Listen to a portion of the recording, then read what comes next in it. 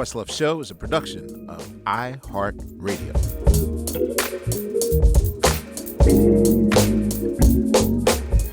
All right, good people.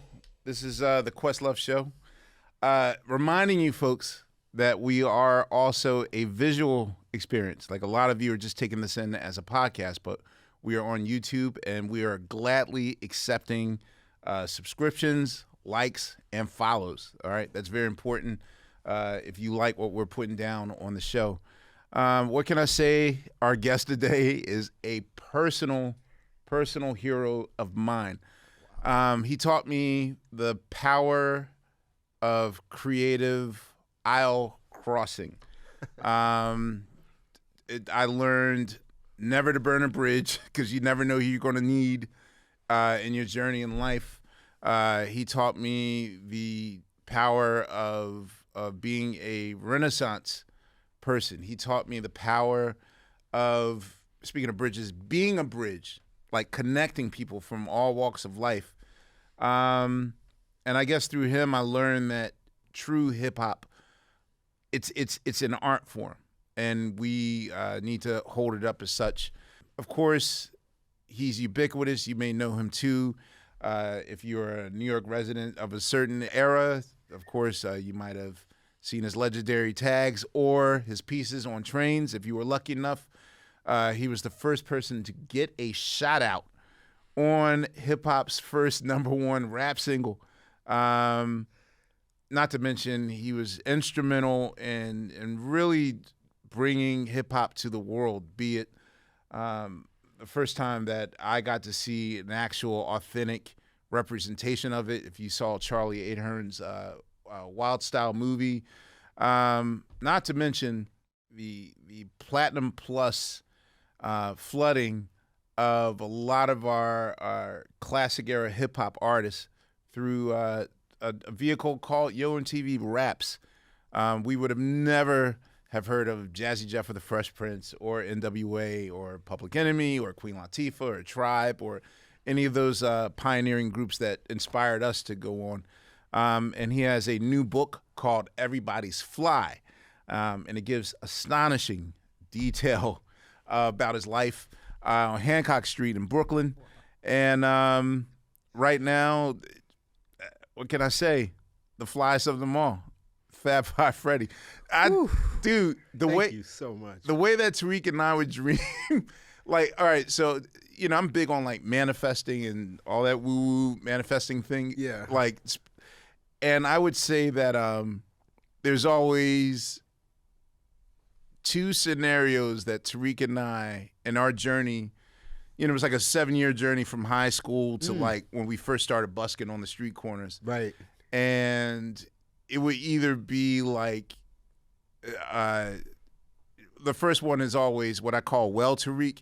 And it'll always be something like, well, Tariq, man, we just finished a 4-month run of like India and Africa going on. We laugh, like we'd be on the bus coming home from our insurance jobs, but like it was always a well Tariq moment. And the other one, Tariq's version was always, we live here on the 52 bus at 52nd and Spruce Street with the one and only Questlove. He would pretend he was you, and like I guess the whole thing was like, you know, maybe one day we could be on Yo MTV Raps. And wow.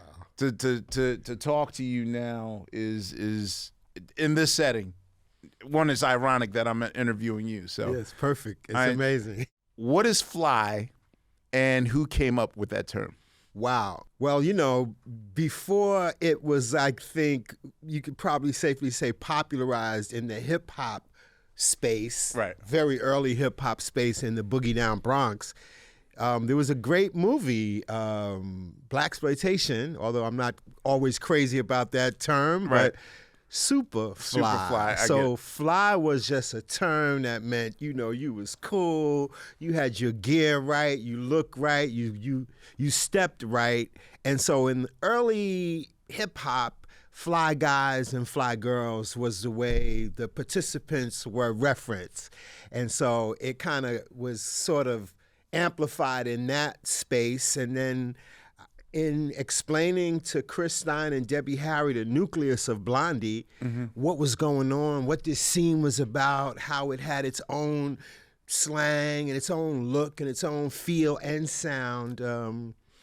They kind of took it from me, put it on their record, and now I put it on the cover of my book as a title. As you should. Yeah, as you should. Yeah. All right. So can you tell me about the history? You have one of the more colorful alliteration names, Fab Five Freddy. Yeah. Can you give me the history of how that moniker landed with you? Yeah, sure. Well, you know, when I became a part of a group of graffiti writers that were legendary, called the Fabulous Five, short the Fab Five, I became like, let's say, the final member to join, if you will. But my mission, when I connected with Lee Quinones, who was the premier member of that group, as a just outstanding painter, muralist, if you will, when I became a part of that, I would tag up, you know, Fred, and then Fab Five, Fabulous Five, probably, you know, just to tag Fab Five, and that just morphed itself into Fab Five Freddy.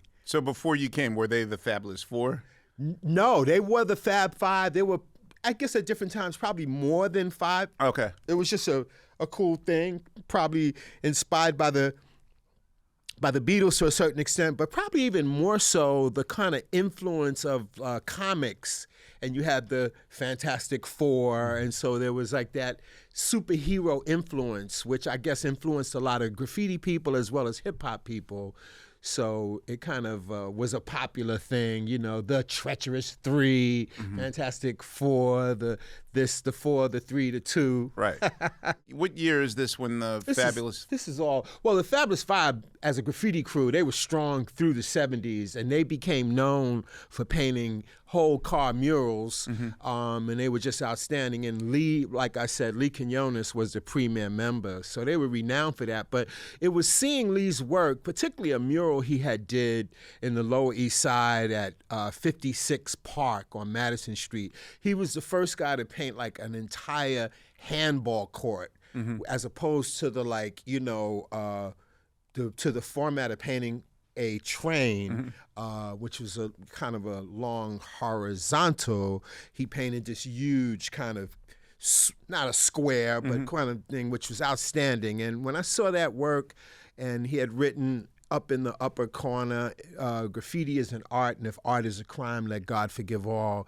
The fact that he was aware this was an art, and it clicked with ideas I had, that pop artists had been inspired by similar things that had inspired graffiti, as it really developed into a way to make pictures and really tell stories with the imagery. Okay. And I had a feeling like we could move from the subway street space into an art space. I shared these ideas with Lee, and we became a team, and hence I became a part of the group. I got with the original members, broke down what my plans were. They was like, go with it, baby, and nice. I went with it. So you lived in New York City at various transitions through the various transitions of New York City. Yeah. I want to ask you about each period. So the first 10 years of your life, which I could say is the 60s.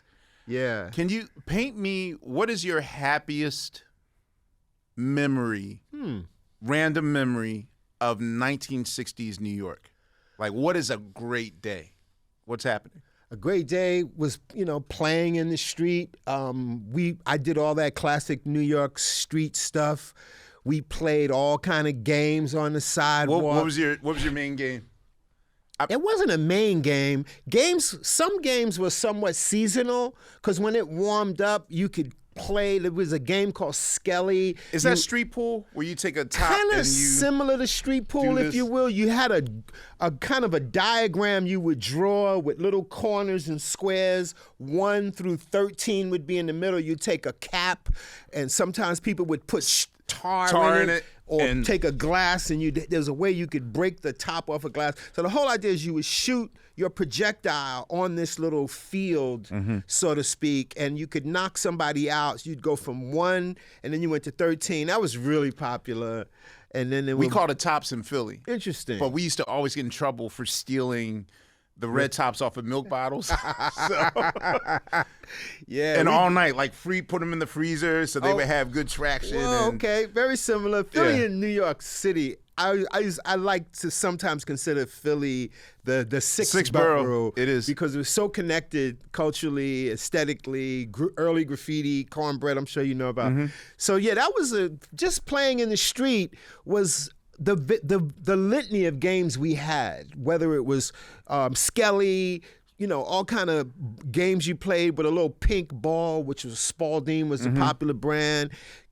Punch ball, handball, Chinese handball. It was a bunch of games that we played, and that's how we played. That was the fun we had. Johnny on the Pony, Kick the Can, Red Light, Green Light, 1, 2, 3, Coca-Levio or Ring-a-Levio. If you guys from that era in New York, you remember. So that was fun, basically, essentially. All right, so I also know that you had different experiences than, say, your peers or your friends, or at least I like to think so. Yeah, very different. So, I had a lively household. So what's like in the first 10 years of your life, what is a memory that you experienced that was just like unique to you? And did you realize like how different your life was than, say, your neighbors or your cousins or whoever is in your age group? It's interesting. I didn't think of it as being that different. As I grew older and began to reflect, I realized, oh my goodness, what an incredible household. What an amazing things going on that my dad was connected to that rubbed off on me and stuff like that. So I guess, something that I get into in the book early on, my dad was very connected and conscious with trying to find a better way for us as a people specifically. So he was reading everything he could read. He was listening. Martin Luther King, Malcolm X, as African countries are gaining their liberation, I guess, in the 60s and even prior, he was super dialed into all of that. And there was one incident that I get into, really dramatic. It happened when it was the day Martin Luther King was assassinated. My dad, he had an old 1957 Chevy, and a couple of his friends, we got in a car to go to the Brownsville section, different parts of the city, Brownsville section of Brooklyn, Ocean Hill, Brownsville. People were in a rage. There were fires going on. We at first went up on the roof and we looked out because he heard there was fire here, there was fire here, and we could see the glow of these fires in the distance. My father was connected to a community organization in the Brownsville section of Brooklyn. He said, let's go over there to make sure to try to keep it Brownsville. Okay, because I was like, my dad would have been like, stay your ass in the house. Yeah, well, they were very involved in the community. And Brownsville, which is still one of the livest, edgiest parts of Brooklyn, and we went out there, and while we were driving there, we were waiting at a light. I want to say on Troy, right at the intersection, before we make a left on Atlantic. While sitting there at a red light, I happened to glance to my right, and there was a middle-aged white man running furiously right at us, and I'm like, what's going on? And before I knew it, this man had opened the car and jumped in and literally practically sat on top of me. And right as he jumped in, it was a huge bang on the hood of a car. These black guys were chasing this man. They were enraged that Martin Luther King had been killed. This man, I do believe, would have likely have been killed, if not beaten really badly. He jumped in the car. My dad jumped out, scolded those guys because they'd banged the car. He screamed, this man is not our enemy. This man is not our enemy. I was terrified. And then we drove this man to the local police station not far on Utica Avenue, the 77th precinct. My dad was like, don't let them let you leave on your own. Make sure he was on Atlantic Avenue, the Long Island Railroad ran. He was working at whatever it was, I don't know, but he was walking to a stop on the Long Island Railroad, not aware of what was going on in the community, maybe not even aware Martin Luther King had been assassinated that day. So it was a traumatic, terrifying experience, but I remembered how my dad did the right thing, took this man to the precinct, and dropped him off and made sure, he said, don't let them let you leave here on your own. Make sure they drop you off at the train station. Right. It's one of those things you never forget, you know? And so, okay, like my childhood we had communities, and I think I was like the last generation of like the free lunch program from the Panthers and whatnot. Wow. When did that wane off? Like did anyone carry that on after your father, or did he just do it to his, what do you mean? as far as like community organization, and what does that entitle as far as like community organizations? Well, you know, my dad was connected. There were a lot of people that had become activists of sorts, that were involved in, because I guess a part of what happened, I guess, with during the Johnson administration, there was a lot of money that went into the communities to kind of to right some of the wrongs, to give some, they were like anti-poverty programs, if you will. So Okay. My dad was connected with different guys that were involved in these community activities to get people jobs and employment. So he was just dialed in. And our house was sort of like, an interesting part of also my growing up was because my dad had consumed so much knowledge and he was kind of really up to the minute, plus his jazz connections, there was at least 4 days out of every week, there was a group of guys that would gather in the basement of our house to talk, discuss, stay up to the minute on what was going on as change was happening and the Black Panthers were coming and all this stuff was going on. So he was super tied in. So that was also something that went on constantly as a youth. And I would pick up pieces and snippets. As you probably know, Max Roach, the great bebop jazz drummer, was my dad's childhood friend. He was my godfather. And so my dad would be in his ear. They were all very concerned about all of these issues going on. That was something that was very prescient at that time. And some stuff that I picked up on, didn't realize how much it affected me, but it did have an effect on the moves I would make, controlling the narrative. You're a community organizer. You're a hip-hop community organizer. Yeah, you know, my earliest aspiration as a young kid was to be an architect, which didn't work out. But I think in terms of what I've been able to have my hands on culturally, I feel it's a type of architecture in terms of building and controlling the narrative was a key thing for me in whatever I did, because I would pick up snippets of their conversations that they wanted to run labels. Those guys were incredibly intelligent, super worldly, but when you think of the dynamics of that time, their hands were tied, if you will, in terms of what one could and could not do. I used to hear stories about Charlie Mingus wanting to start a label. One of my dad's close friends was close with Mingus. He wanted to have a label, but those things weren't able to happen in the way people had desired, and they were frustrated. And, you know, I always had it in my mind to, you know, whatever I put together, I wanted to be able to control that narrative or make sure I can direct what that narrative would be. Do you think that maybe subconsciously you figured out the key to that sort of access is the power of connecting? Like, hey, let me meet this person. Let me go to this part of town and see what's hitting here. Yeah, somewhat. I didn't look at it like that, but I did think in terms of, I had a slight understanding of how one gets a bill passed through Congress. You have to lobby and connect and convince. So I had a rough understanding. It wasn't clearly defined, but reaching out and being able to communicate with whoever was there was something I was determined to do. And I guess what really got that moving for me was specifically seeing the beginnings of the punk rock new wave kind of revolution, if you will. I remember there was a page 2 or 3 story in the New York Times. Luckily, my dad read everything, always had all kind of publications, and reading about the Sex Pistols and how shocking that was, you know, coming at the Queen of England, and what they were talking about was like really heavy stuff. And I began to look at some of what was going on around that. And as I'm developing ideas about this graffiti as art, this new music, how to bring this all together and present as one, I figured those people seem wild and crazy enough that if I can connect, I might be able to get an audience with some of these people to share these ideas, which nobody was embracing, or there was no love for any of this at the time. So you were an army of one? I was an army of one for sure. Okay. And yeah, so that would be key in terms of meeting people that I guess I did connect, but it wasn't a specific thing. I want to make all these connections. I was just trying to get people to listen to my story, understand this crazy idea I had.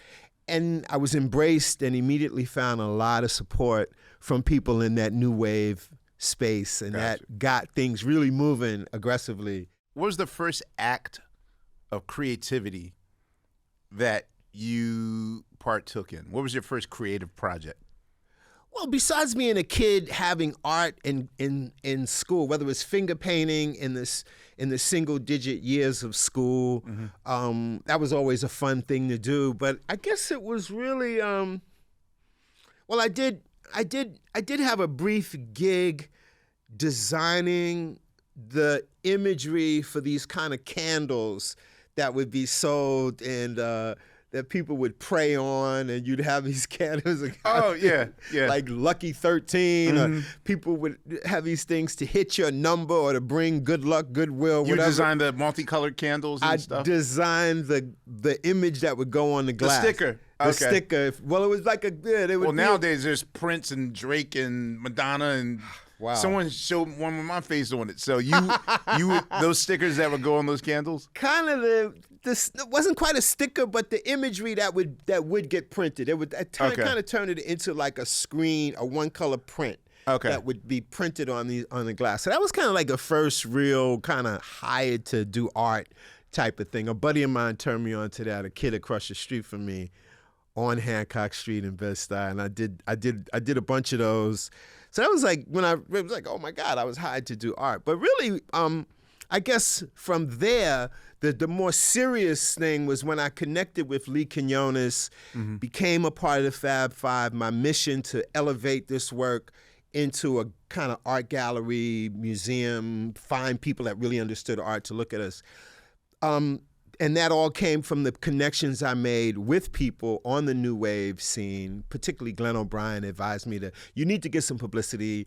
And the first publicity came in the Village Voice newspaper, a piece on myself and what Lee and I were trying to do.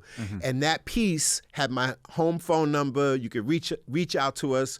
We would paint a mural on your wall or whatever at $5 a square foot.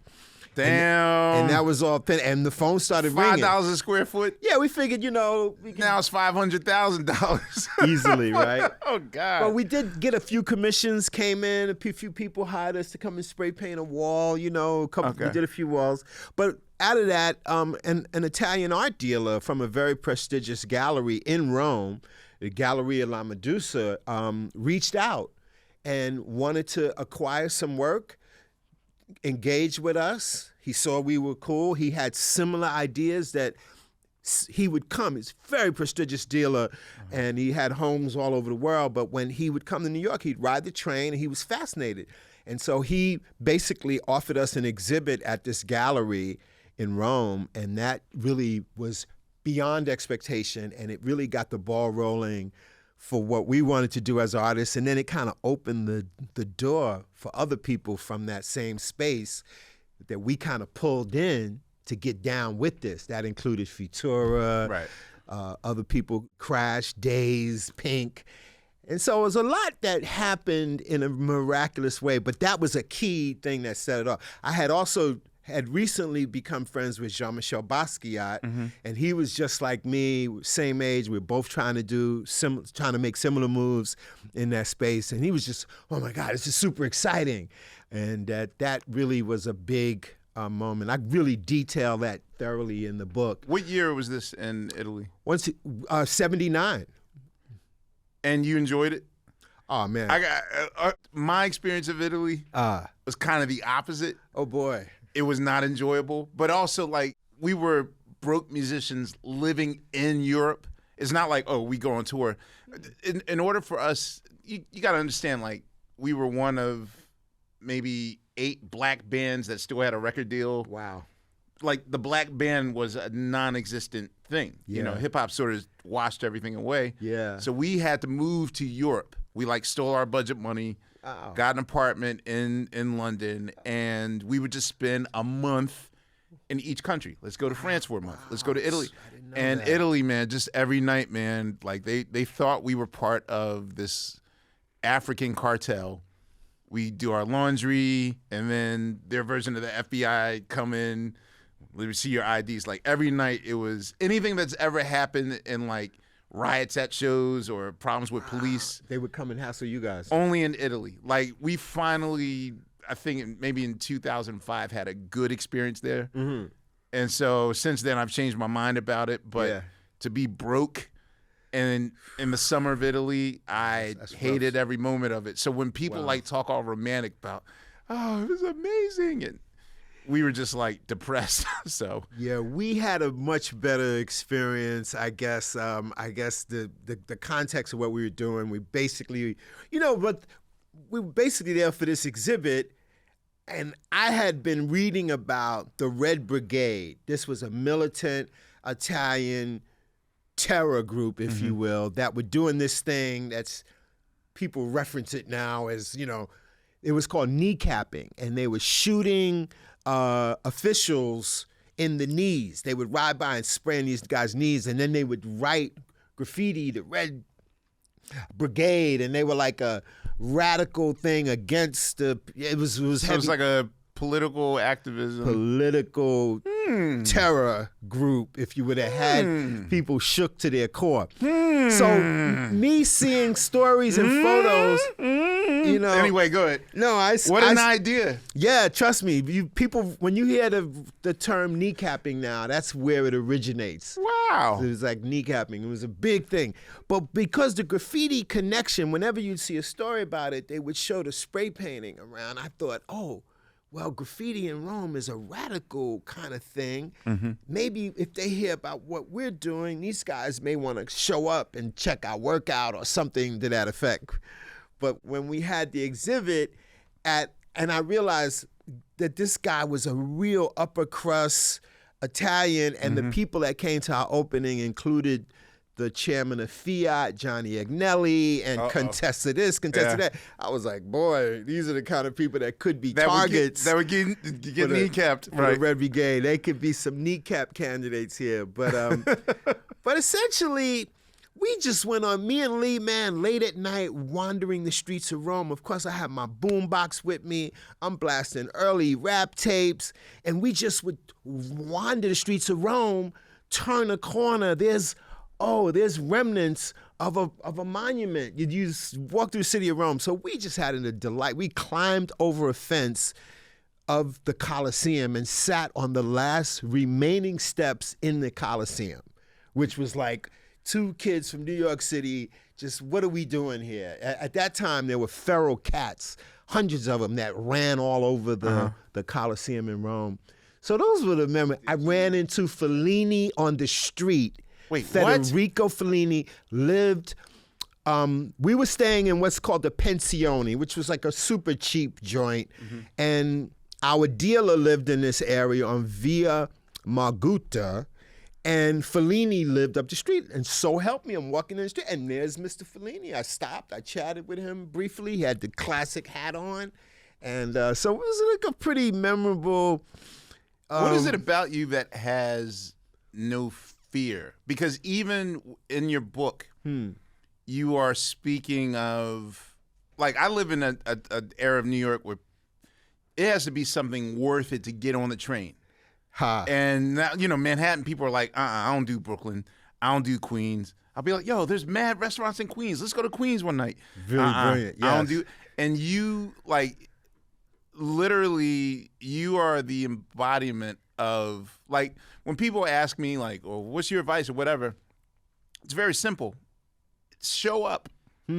See what happens. Show up.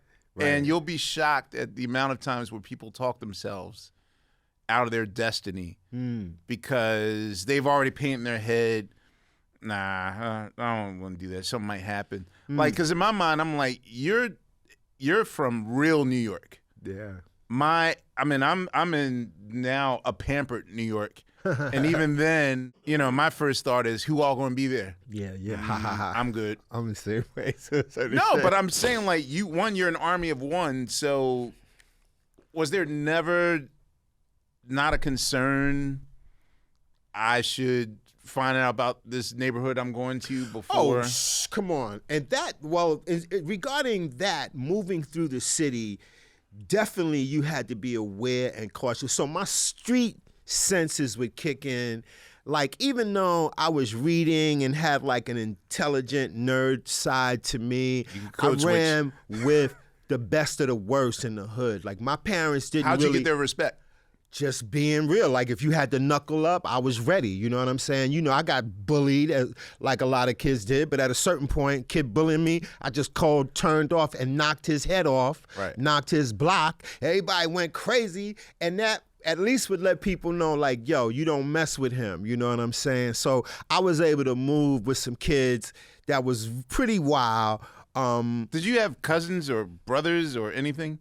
No, I was the only child for most of that time. I have a younger sister, but you know. But nothing strikes the fear in someone, especially in the 70s. Yeah. Man, I'm gonna get my brother to fuck you up. Yeah. Nah, that was real. But like, I just navigated it in a way. You learn, you got bullied, you got picked on, but you learn to haul off and knock a kid upside his head, and other kids realize, yo, you don't want to mess with him because he'll knuckle up. And so you get a certain level of respect at that level, like on some jungle shit.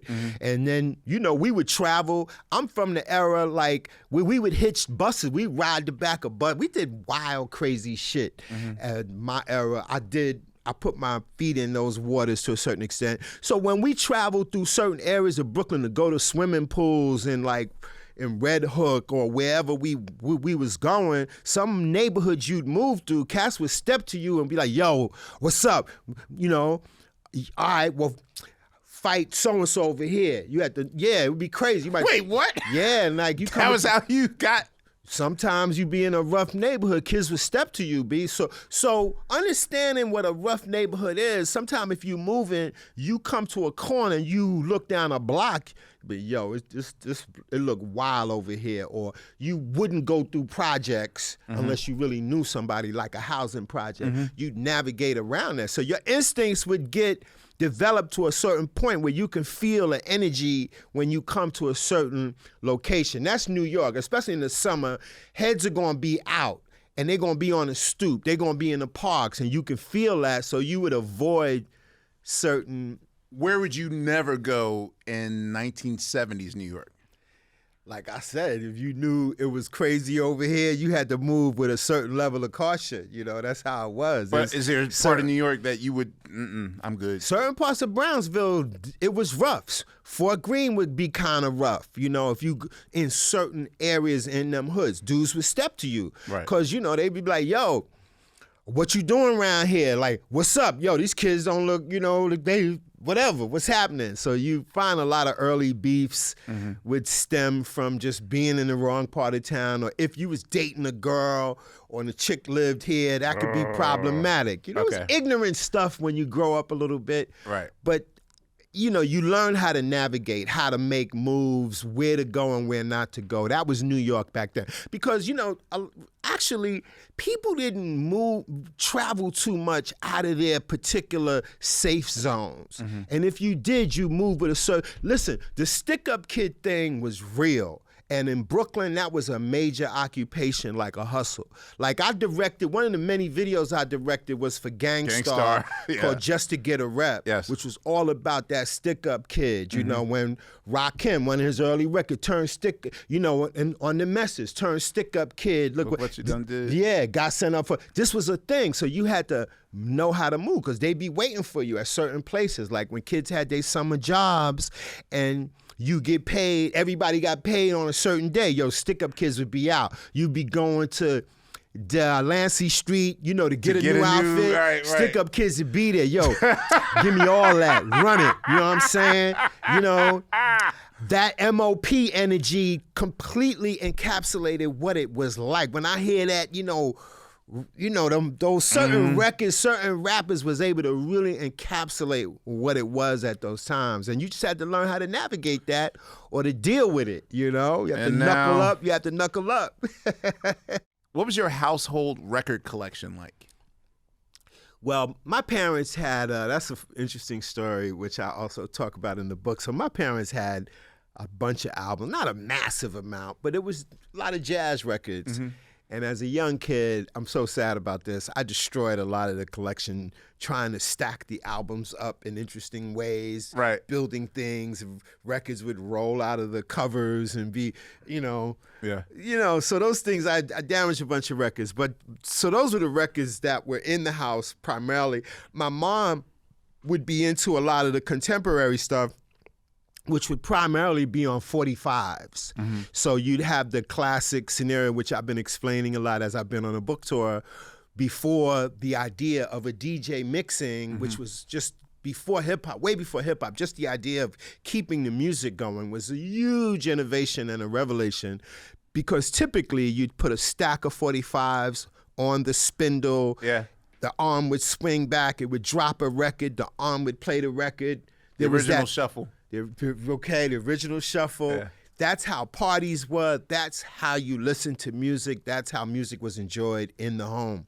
And so, so my mom had some of the contemporary stuff, and she would give me 15, 20 cents a quarter to show her the latest dances, you know, whatever the move was. Come here, bud. Or you get called out, do the dance for us, and do the robot. You know, do the wobble, do the whatever, the jerk, whatever, you know. So I would do that. The entertainment. Yeah, but so basically my mom was into that. And one of the earliest records that I remember that I went, because I damaged the copy my mother owned, was a record called The Name Game by Shirley Ellis. Oh, Anna Bobana, Fofana. Yes, which is sort of, to me, like an early rap record, if you will, because she's pretty much just talking along with right. You know? You are right. I never thought of that. Yeah, okay. So when I get hip-hop, and so that I remember I was playing with a ball that bounced up on the turntable, scratched the record, and a little record store around the corner from us right then on Sumner Avenue, which is now Marcus Garvey, little small record store. I went and bought a copy, and that was actually turned out to be the first record I would purchase. Oh, okay. But as a young adult or a teenager growing into my adult years, I always was a boombox guy with a double cassette. When you mentioned that, I totally forgot about Cognac. I forget the name of the company, but that boombox culture. All right, so can you explain, because it's hard for me to convey to people how we took in music. Like now, of course, my entire record collection can be on the phone. Same here. It's crazy where technology has gotten us. But I was a cassette guy primarily because, you know, you could make a copy. And if somebody had something special, you can burn and run a copy on your double cassette. So that's really was instrumental in how hip-hop really spread around the city. It was cassettes being handed and being dubbed and copied, whatever. But I was always a boombox guy for quite a while. In fact, one of the last boomboxes I had, I donated to the Smithsonian. It literally is on exhibit, not the Afro-Smithsonian. It was donated for that purpose, but they actually, because it was way before they finished the building, so it's in the American Smithsonian. If you Google Fab Five Freddy's Boombox Smithsonian, you'll see my boombox. But there's some guys now, I don't remember the name, that have a Kickstarter going on with the classic massive boombox, double cassette, but it's also got Bluetooth, CD, USB, but it has that old school boombox look. Chappelle hooked me up with one of those. Chappelle knows those guys, and that was my Christmas. I have that thing. Well, I just ordered one, so I'm patiently waiting, because I still got a lot of cassettes and stuff. A lot of my stuff went to the Schomburg in Harlem, a lot of my stuff, but I still have, but I still have a lot of cassettes that I need to dive into. So back then, before the Giuliani era of anti-noise, like it was just anti-everything. It was right. Well, yeah. Facts. We don't need to go down there. But like it was just, you could freely just walk around and blast your shit on 10. Man. Listen, that was what it was, man. You know, and as the boom boxes got bigger, better, and sounded better, we have to put I remember cruiser cats that wanted to really walk around and listen to some music. You know, like attract the ladies, whatever. you had to cast the crew would chip in to put the batteries in because you had to put them D-size batteries in, and them big boxes was heavy. Right. But that was the move back then. Like I can even remember before the cassettes, I remember cats that had 8-track. There was portable 8-track boom boxes. I didn't have that, but I remember seeing them. Yeah. This 8-track thing, which was weird, but that was the move back then. And then but having what would you rock? Like what was like your number one tester? Like you would just curate tapes the night before and then make your soundtrack or well, for me, when it really got going good, you would have recording Red Alert show, even before Red Alert and Magic was on mainstream stations, there was a station called WHBI, which was sort Long of Island or? Nah, WHBI was a New York City station. Okay. It was a community connection where you could pay, if you got a good slot, you'd pay like to get on $50, $60, which is what it cost you'd pay them, and you could broadcast. So the Supreme team was the ones that was playing early break beats and early rap records, and you could go on YouTube and hear examples of what they would do. I'll have my fresh tape ready to record, when the Supreme team came. That's how you got access to the music, because they was playing the real stuff. I have some of those tapes, so you're telling me that, because in my mind, I'm like, wow, like radio programmers, I'm thinking like Frankie Crocker is like paving a way for these DJs to get on. I didn't realize that that's community radio. Yeah, it was community radio. So the character that Sam Jackson played in Do the Right Thing, that was an actual thing where it's like a community radio station for... Yes, they had them. They had, the Sam Jackson in Do the Right Thing, I believe. Senior Love Daddy. Senior Love Daddy. Yes, that would go on. But also on the weekends on BLS and Kiss, they would have master mix shows where they would just let the music go for long stretches uninterrupted. They would do a commercial break or two. If you were slick with it, you would pause, right, and then you'd come back in, so you'd cut out all the talk and the gibberish. But that was the key way you got hot music that wasn't in the regular playlist or the regular top whatever, however they broke it down. So that was it for me.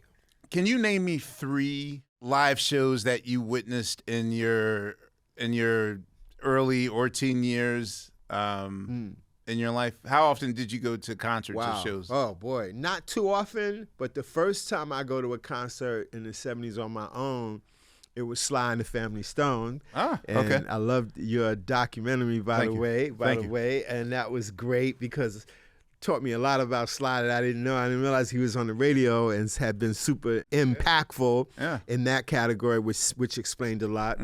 Going to see him was huge.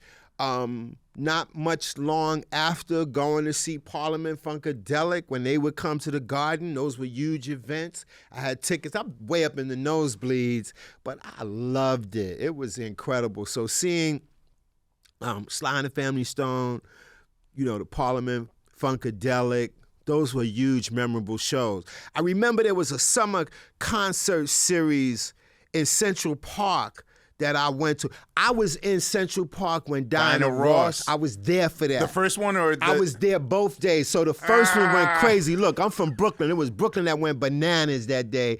Kind of embarrassing, but tore that shit up. And then it rained, and then they did some miraculous, let's do it the next day, and I was back there again for that. So that was I wanted to go because I swore Michael Jackson was going to show up. I'm like, oh man, Michael Jackson's coming, mama. You can't go. That was epic. So I've seen some good shows, man. Okay. I've definitely a few of them. So of all of the stories that you've, well, I guess I can say griot stories of the adults in your life, and you talk about your father's inner circle. Yeah. What is the one that impacted you the most? Because you carry a lot of the history. Well, first of all, I was so mind blown. You go into just the craziest detail of your father's witnessing Malcolm X's assassination. Yeah, that was heavy. Are you are you the only one that has a cassette recording of that actual assassination? It's actually reel to reel. That went to the Schomburg. That reel to reel tape. So one of my dad's closest friends was this gentleman, actually a drummer, but he kind of retired from drumming, became a full-time actor. His name was Willie Jones. Okay. He recorded on a Thelonious Monk date, Friday the 13th, most famously. Yeah. And then he became like a community activist, and he got tight with Malcolm to the extent where he had a portable reel-to-reel that he would go to all of Malcolm's New York rallies. He would have his recorder set up. He would record. So that fateful day, my dad, Willie, and another one of their friends were at the Audubon Ballroom. Willie had his mic on the pedestal, and when the shots opened up, he recorded everything. So we heard that. There was a gentleman, I can't remember his name, that within the last 10 years or so wrote a Malcolm X bio, if you will, or a book about Malcolm. And the way he recounts that incident, I'm sure he had access to the tape, because that tape was my dad. Oh, made the rounds? Yeah, well, they made copies for their friends, okay, and so it was kind of circulated. But the copy I have is one of the original dupes, if you will, that went with my stuff to the Schomburg. I don't know if they ever did the whole bake the tape to make sure they preserved everything in the correct way. But yeah, you know, my dad and them would recount that numerous times, and it'd be chilling. Like, how old were you at the time? This is 65, so... Yeah, so I'm like, I don't remember it because I'm real little, but they would tell the story. I would hear the tape. They would put on the tape. They had numerous tapes of Malcolm's speeches that would be, that Willie had recorded, and so they were like really following. In fact, one of the speeches Malcolm had gave prior, he spoke about, because you know they had tried to firebomb his house in Queens. Yes. There's the famous image of Malcolm holding the rifle, peeking out of the window, because that shot was about him protecting his family. Right. He knew he was being targeted. There was a speech where my dad and them would play a recording where he would mention something to the effect like, I know I might not be here. Something kind of, he knew they were on him, but he still was so courageous. He kept going. He kept, you know, speaking. And so that fateful day when that happened, and my dad and them would tell that story, I heard it dozens of times over the years. And then it was a famous part, like when they ran up on stage and then they ran backstage, and then Willie was peeping through a hole. My dad said, that's likely a bullet hole. Willie, step back. And it was just craziness. In the recent Netflix documentary, Who Killed Malcolm X, I did actually, not in that doc, but I did find, literally, I think it's the day before, I did find footage of Malcolm outside of the Hotel Teresa building, and there's Willie Jones right behind him. What? You could see, yeah, I've got the photo with the tape deck on his shoulder. But just hearing about that relentlessly was just such a sad, and I also want to point out, like, it's Malcolm at that time in most mainstream press, he was dragged. I mean, he was not as universally accepted and acknowledged as he is now among black folks as well, because he came off real edgy at the time. You know what I mean? Black folks were conservative. Yeah, really conservative, so. really, you know, really super duper cautious about how to move. You know, black folks weren't even comfortable being black. It was still Negro and kind of colored at that time when I'm really young. But Malcolm definitely has been proven to be right on in so many topics, in so many categories of things that he focused on and things that he was about in terms of what he said. You know, we hear those things echoing now in our timelines if your algorithm is in the right space and place. Yes. So those things were just echoed throughout my childhood among my dad and his friends. All right, you mentioned Willie playing for Thelonious. Yeah. You got to tell me the story. What made you want to cold call Thelonious Monk? Yeah, I did cold call him. Oh, man, you know, well, it starts with, I guess, being around my dad and his friends. They'd be playing jazz often, recounting stories, and the fact that they would know who these musicians were just from hearing them play was fascinating to me. How do you know that's Sonny Rollins? And how do you know that's, Mary Lou Williams or who these musicians are was fascinating to me just from without hearing a voice.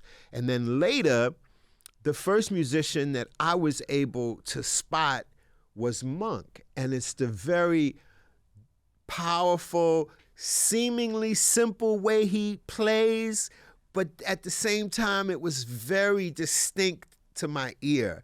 And I was like, I remember the first time, I was like, that's Monk. And they would be like, yeah, that's Monk. So I was like, man, I really... You never had musical aspirations? Because you're around all this jazz. I was. I thought I wanted to be a drummer as a kid. Max gave me like a really unique practice kit that opened up and had these pads that swung out of a briefcase and would sort of replicate the different... Yeah, somebody in Europe had given it to him. He gave it to me. That didn't work out. I didn't do what Where is it? I wish I knew. Oh, come on, Fred. Stop playing. I know. I know. It sounded like to say that to a master drummer. When that was single digit years, that didn't work out. So, man. So you cold called him and... Yeah, so I'm looking through my dad's phone book. What made you want to call him? Because I liked the music, and I developed this thing about Monk. I was the first musician whose sound I could distinguish on the radio when my dad, like the way my dad and his friends, but that's so and so. Oh, that's Mingus. How do you do that? So literally, Monk's sound became super distinctive to me. So it became like this. Yeah, Monk. I like Monk. And I'm flipping through my dad's phone book, and there's Monk's name, Thelonious Monk. So I said, man, let me call the number. And I wanted to talk to Monk, but his wife answered the phone, Nellie, and I just had this incredible conversation with Nellie. Thinking back as an adult, she hears the voice of a young kid on the phone. She was like, oh, how sweet is this? Right.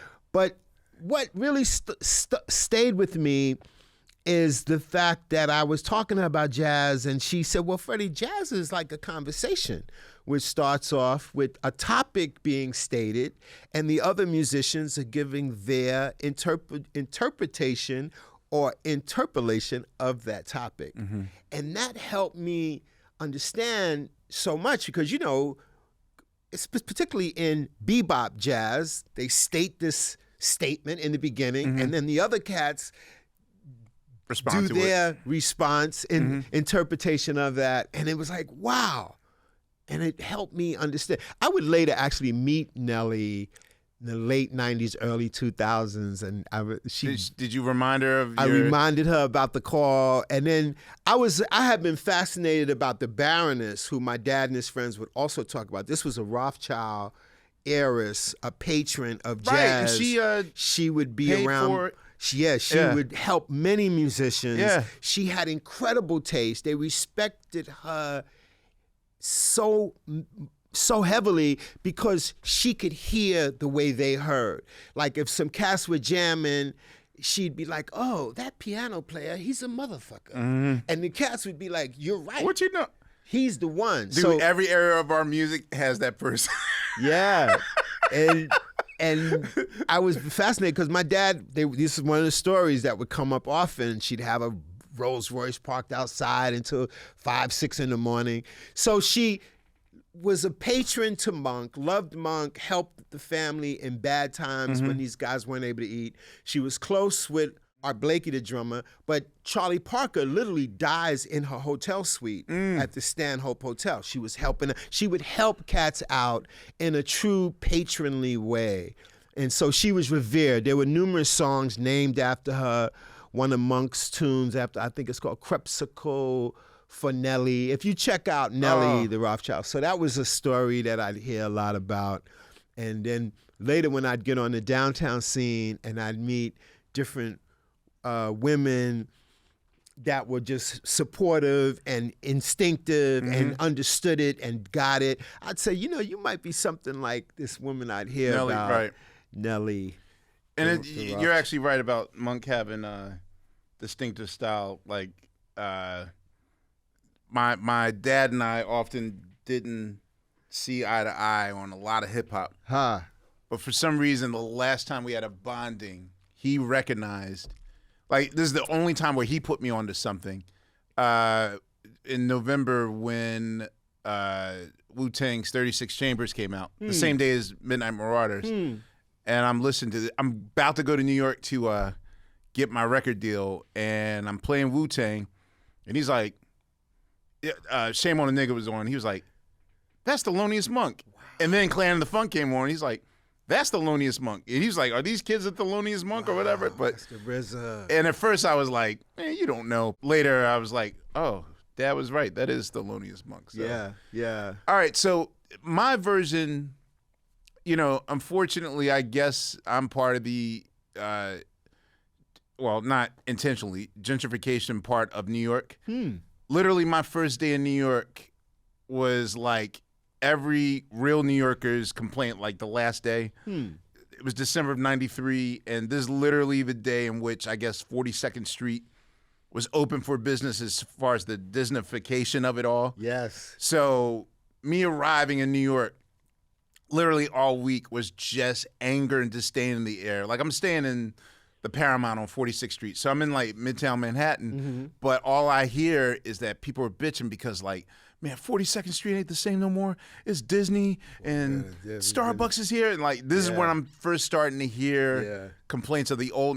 But I think that is a cycle. So like I always hear the before your time, this is what New York was. And I've heard, I've heard stories of people in the 50s say that, no, the real jazz renaissance was in the late 30s and early 40s. And people in the 70s be like, man, the 60s was the shit. Yeah. So for you becoming a teenager in the 70s, what was the shift that you first noticed happening in New York? Because you paint a pretty fair, I'm not going to say rosy or rose-colored glasses, but I know of eras where the projects weren't seen as a mark of shame, or you wanted to visit your uncle and aunt, and no, I'm going to go to the projects. But in the 80s, you wouldn't dare do that. That's true. So what happened in the 70s that you observed that didn't cross over? Like what things that were noticeable in the 60s that you didn't see come the 70s? Well, just in terms of culture, your observation of New York. Well, And I know it might be hard for you to take an observation if you're inside it. Yeah. But were the 70s all that different for you? I mean, I can remember the beginnings of not even so much Bed-Stuy, because I guess when I was really young, I went to a tutor in downtown Brooklyn, what would be considered the Fort Greene area. And then when the whole renovating of brownstones happened, that created this awareness of the quality of these homes when people began to start renovating them. And I guess that would set the table for gentrification down the line, if you will. Sell your house for $1 million or... Yeah, well, that didn't, like I said, some parts of Fort Greene and then even further, I can remember like Brooklyn Heights. Because as a young kid, I was really curious about architecture. I would be looking at different periodicals and reading things that related to buildings, and I became aware that, and then I remember this like brownstone renovation thing happening back then, and that hit my radar. People stripping the plaster and having exposed brick and refinishing the wood. And the wood in our house was all painted. Then when I was like, wait a minute, our house had wood like that. Why did they paint it? Like I became aware of what it had been, having grown up in a brownstone in Bed-Stuy. That was somewhat of an awareness that things were changing. And then when you look down the line, as the prices went way up through the roof in different areas, that now is going on in Bed-Stuy. Luckily we still own the house. You still own your original house? Yeah, me and my sister, but she lives in it with her family in Bed-Stuy. So that's a blessing. I mean, that's really what I learned watching gentrification happen in various areas in New York City, particularly watching that happen in Lower East Side where I lived when I made my move into Manhattan to really get things moving and grooving. That became like a big kind of line in the sand, so to speak. that activists were like, here's what they want to do. Here's what they're coming, and the rents are going to be this. Literally, the block I lived on that I talk about a lot in my memoir, Ludlow Street, there's high-rises that have been recently built on Ludlow Street amidst tenements built for the poorest immigrant New Yorkers. So a lot of the stuff that they would talk about back then that I thought was so extreme and exaggerated has come to fruition. So, but seeing that the way it transpired and following artists initially who were the people that would go into these areas and set up shop, what literally first happened in Soho, Tribeca, Lower East Side, I was connected like to those pioneers, if you will, like particularly in the Lower East Side. And then when it got crazy, based on the energy that the creative community created, like we made it cool, we made it sexy, we made it interesting, then the developers come in and buy it all up. And unless you own something, you really don't benefit. You gotta go once that lease is up. Is it a fight to the finish to hang on to your history and I mean, if you own something, it's the only way you can kind of survive it, and then you kind of somewhat benefit because the value of your property goes up. But watching that happen, particularly in the Lower East Side when they were selling drugs super duper ultra flagrantly, I'm talking heroin and cocaine in the streets, broad daylight, like it was a farmer's market in certain areas in Alphabet City, like Avenue C, Avenue D, it was edgy. To see the real estate people watch for artists to move into those areas, watch for galleries to open up to support artists like what we were doing, they would be, now it's time to buy. And then they would buy up the property that was completely like just decrepit, and now that's the high, that became the high rent district, if you will. It's crazy you say that, because if you say Alphabet City now, I'm like, man, some of the greatest record stores, some of the best omakase sushi I've ever had. I know. From the outside looking in, outside meaning I'm a Philadelphian. Yeah. You know, I was force-fed the history of hip-hop in the Bronx. Right. Hip-hop in the Bronx, in the Bronx, in the Bronx, in the Bronx, in the Bronx.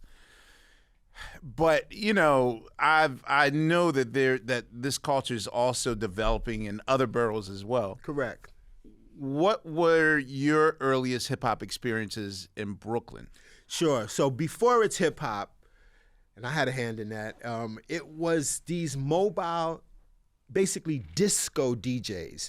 This begins from, I mean, they probably go back to the late 60s, but as a young shorty, I got to experience them coming to the parks or block parties in Bed-Stuy. And these were the guys that made being a DJ cool. Just, they weren't cutting, scratching, nobody was really rapping, but just keeping the music going continually was a huge innovation. And the better of those guys could blend records that kind of almost connected and keep a groove going, you know, BPM, beats per minute, all that stuff we'd learn about later. And so some of the people that I remembered that resonated was in my area, Bed-Stuy, it was Frankie D, it was Master D, who later became DJ Lance, rest in peace. It was Pete DJ Jones, DJ Plummer, Maboya in Queens. It was people like Infinity Machine, you know, the Disco Twins. These guys had massive sound systems, speakers, turntables, a mix of crates of records, and they'd come out and just, they were the rock stars in the community that really fueled what became the disco boom. Okay, this is before Saturday Night Fever, before Studio 54. This was where it all comes from. And who helped push this into the mainstream was Frankie Crocker, the DJ and program director of WBLS, who had his ear tapped in to these DJs. And when he saw the crowd respond to whatever they were playing, he would program that and spin that on BLS, regardless of what was on the chart. He didn't follow the chart. He followed his ears, and he was the man in control. And that lit a fuse that set off a move throughout the city. This was where the energy was coming from. These DJs and then these parties, they would eventually like rent out restaurants in Midtown during a bad economic time in the city, and then they would promote these parties on BLS, places like Nell Gwen's, Riverboat Cafe, Nemo's Superstar Cafe, Nemo's or whatever. These are places I'd hear about. I didn't have the money. I'm still like a young teen, but I'm aware of what this is going on. So this was the spark that inspired Kool Herc to do what he did, and other DJs around the city. Yes, this is how it goes down. There's a misnomer that just because Kool Herc is from Jamaica, keep in mind he's about 12 or so years old when he immigrates to the city, that because there's this incredible dance hall reggae scene that goes on, what's even more interesting is that these two forms of DJing, if you will, are developed independent of each other, not aware of each other, but from similar inspiration, which were the black radio jocks. In Jamaica, when the weather was right, they can catch the black radio jock in New Orleans, or maybe somebody that had a late night show in Florida, and they were sort of emulating that idea of the D. Matter of fact, keep in mind, that's the original disc jockey, is the guy playing music on the radio, talking a little slick patter. Jocko and, well, past Jocko. Jocko, of course, is a great example. Right. But what's the brother on Stax Records that did was it Rufus Thomas? Yes.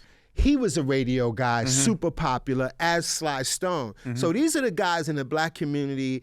They would get oftentimes it'd be a late night radio slot that did talk that slick, jazzy patter with rhyming a little bit here and there. Frankie Crocker came out of that whole thing as well. Also in New York, it was WWRL with people like Hank Spann and these guys that talk real slick and groovy. Those were the initial inspirations for the idea of being a DJ, keep controlling that music, and then the whole patter or talking. Initially, the first talking on the mic at these local parties was promoting who the DJ was. You know, Flash will tell you he just set up a mic stand, and I think it was Kid Creole that got on the mic first, and then, you know, Melly Mel and Cowboy and the rest would come in, and then they developed cool things to say on the mic. But it was all about the DJ initially.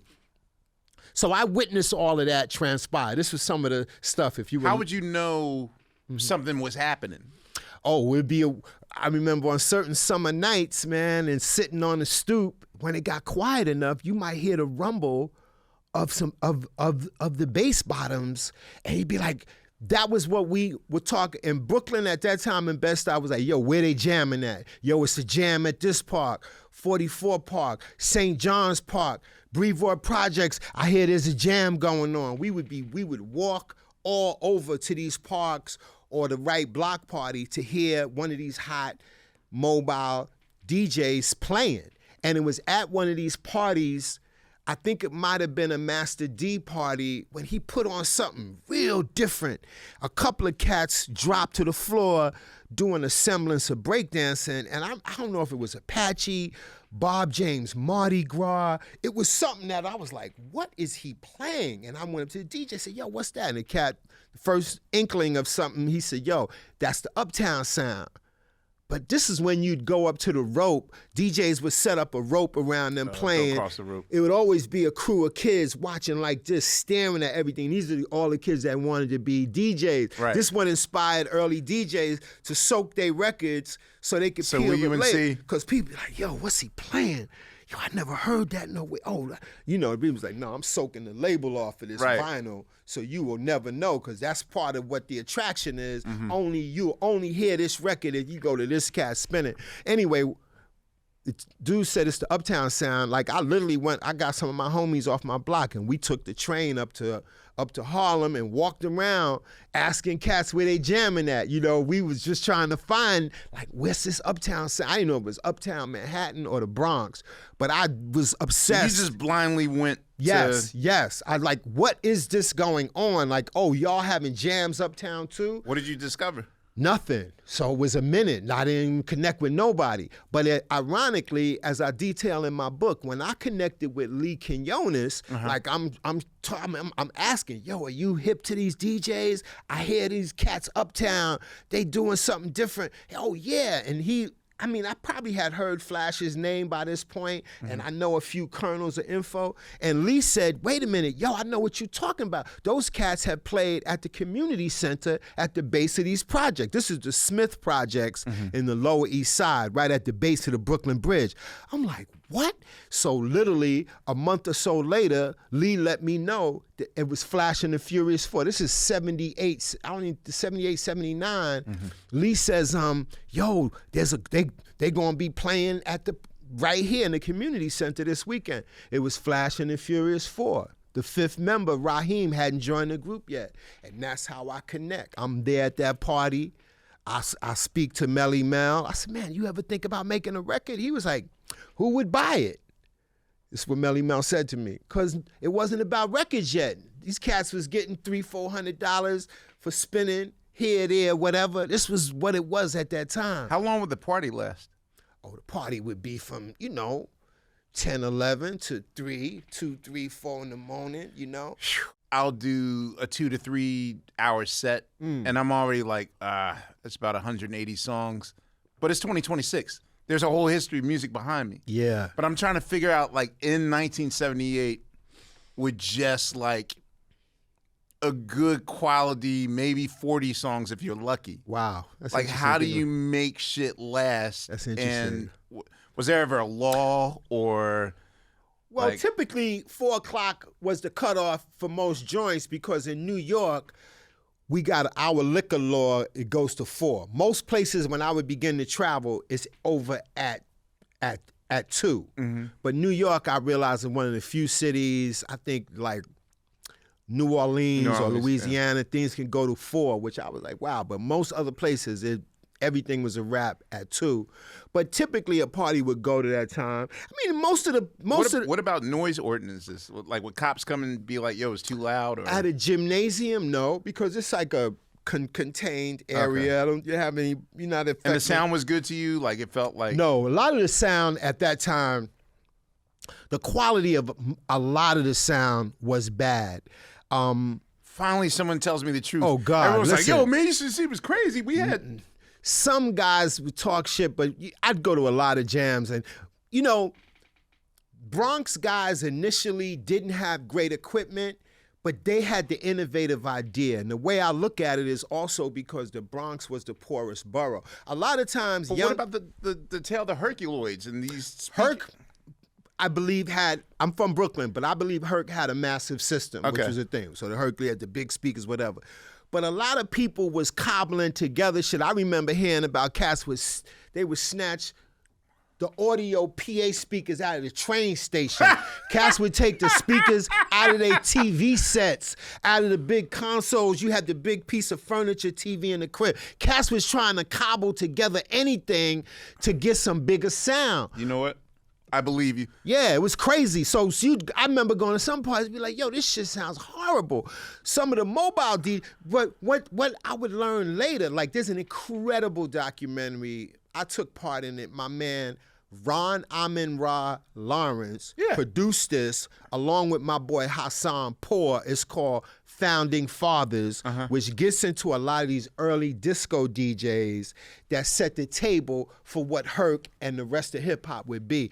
Some of these cats, I remember distinctly in that doc, one of these cats, Pops, has some paper and gave his son a couple of G's, which was a lot of money, still is, but then probably, cost of living, to go and buy the big official stuff. Sherwin Vega speakers was a big brand. Yeah. Get the right amps and all of this stuff.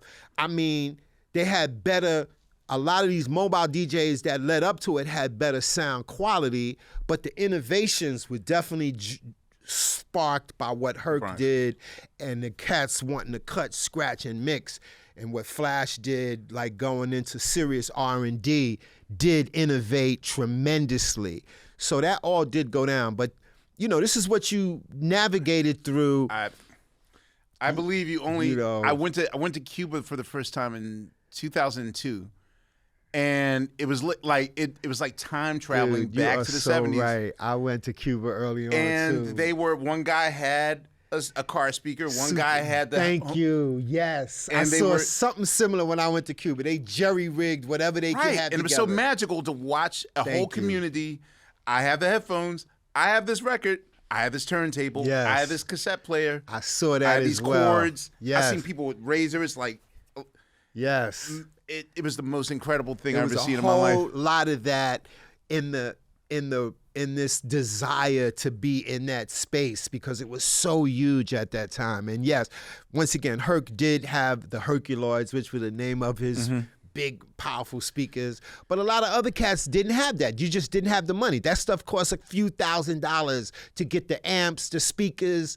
All the equipment needed was a heavy lift. That's why the famous story is when the blackout of 1977 happened, a lot of cats in the Bronx went to them areas and they liberated a lot of equipment. See, that's how I thought hip hop started. Like, nah, the whole mobile, I didn't realize there was history before the blackout. I thought the blackout is what enabled. And it's, the great thing about YouTube now, if you Google Grandmaster Flowers, Pete DJ Jones, they're telling their story? Not telling the story, but there was little clips and moments and footage of these guys that people found. Maybe somebody filming on a Super 8 film camera, and you could see Flowers and you could get a peek at these guys. But if you see this documentary, which I believe should be on Tubi by now, it was on YouTube for quite a while, this Founding Fathers, you get a real good look and understanding of the people that predated what we know of as hip hop. So it was a fascinating story with a bit more of a history that's not as widely known because these guys didn't make records. They just played at parties, so they didn't record a compilation or do any of this stuff. All of that would happen during hip hop. The whole idea of once again, initially it was all about who the DJ was and how many watts in his system. The rapper was there just to big up who the DJ was. The rapper eventually took over inadvertently, and when all the great records came out, and the DJ was pushed further to the back, the ones that were on top of their game became producers, the DJs. Because it was a thing, in the beginning, as you know, I'm sure you know, in the early phase of hip hop hitting records, everybody had their DJ, right? Because the DJ was the nucleus of it all, exactly. But that pushed further to the back, unfortunately, as the rapper became, the kind of preeminent thing. So, question I've been dying to ask you all my life. Okay. All right, I'm gonna time travel. Let's go to 1980, 81. All right. Sure. I'm going to be your intern.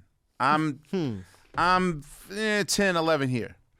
I want you to walk me through from sketchbook to completion when you see it ride by. Walk me through the entire process. And I don't mean like in your early beginnings, but tagging a train. Yeah. Like your Campbell soup idea. Yeah. Walk me from sketchbook, acquiring the paint, knowing what time to go, who's the lookout. I want to know the entire duration of how this happens. Yeah. Well, spray paint was it was all kind of liberated at that time. Of course. It's a New York thing. There's a reason where any place that's selling spray paint, it's usually in a cage. It's usually like a metal thing. Yeah. Because that was requisite. That's how. How long did it take them to catch on that this is what it's for? This all started back in the 70s. Okay. I mean, your hardware store would be like, where's all the spray paint going? And it was like, clearly, the cats was on some super stealth shoplifting shit. That was what it was. 90% of where it came from, that's how it was. It was even. So no one's like pulling up here, I got 40 cans. How much is that? No one's. Hell, everybody for the most part doing this at that time is a teenager. Renegade. All of this culture was invented by teenagers. Okay. The beginnings of the rap, hip hop thing, everybody's is a teenager. So nobody has the hundreds of dollars that's required to go and do this. And so those metal frames were affixed to that part of the hardware store that sold spray paint. That became a thing. But before that was a thing, in the graffiti grapevine, cats would be like, yo, such and such a store, such and such a location. They got all the right colors, and it's a good look. So graffiti cats would move on these places to get the paint. There was one well-known graffiti artist whose girl had made a baby carriage, and the space that was supposed to be the baby was hollowed out. So he'd go in there with his chick, you know, and they were slipping, so they might be able to put 10 or 15 cans in this hollowed out baby. How many cans would you need to really make the train of your dreams? For the soup can, that's a whole car, top to bottom.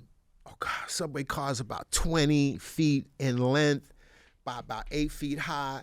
That might be a good 20 or so cans, a lot of red and a lot of white, because that's the main thing. What you would have is you have different types of caps. Now, graffiti has now elevated to it's like an official art form. Mm-hmm. So there's companies that literally manufacture varying caps and tops to give you different size lines. And we would have to hit up the Jiffy.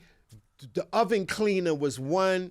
Oven cleaner and spray starch had caps that would spray out in a wide area. So once you do your outline for whether it's a letter or whatever you're trying to draw, you would then put on what we call a fat cap to do the fill-in. So the line of a fat cap is probably 3 to 4 inches wide, so you can fill in quicker, as opposed to the line, the initial cap, that line may be not more than 1 inch or half inch. I always wanted to know how you determine, like, yeah, you could, you know, like everything under the sun, there are tutorials all over YouTube that break down how you do this with these caps that you can now acquire. There's even companies that make paint with an incredible array of colors for the purpose of making art referred to as aerosol art by some, as opposed to graffiti, which is technically illegal. But in the formative days, this is how a lot of the paint was acquired. These were the different types of tools and techniques that would be needed. So you would do your outline, let's say, for the cans,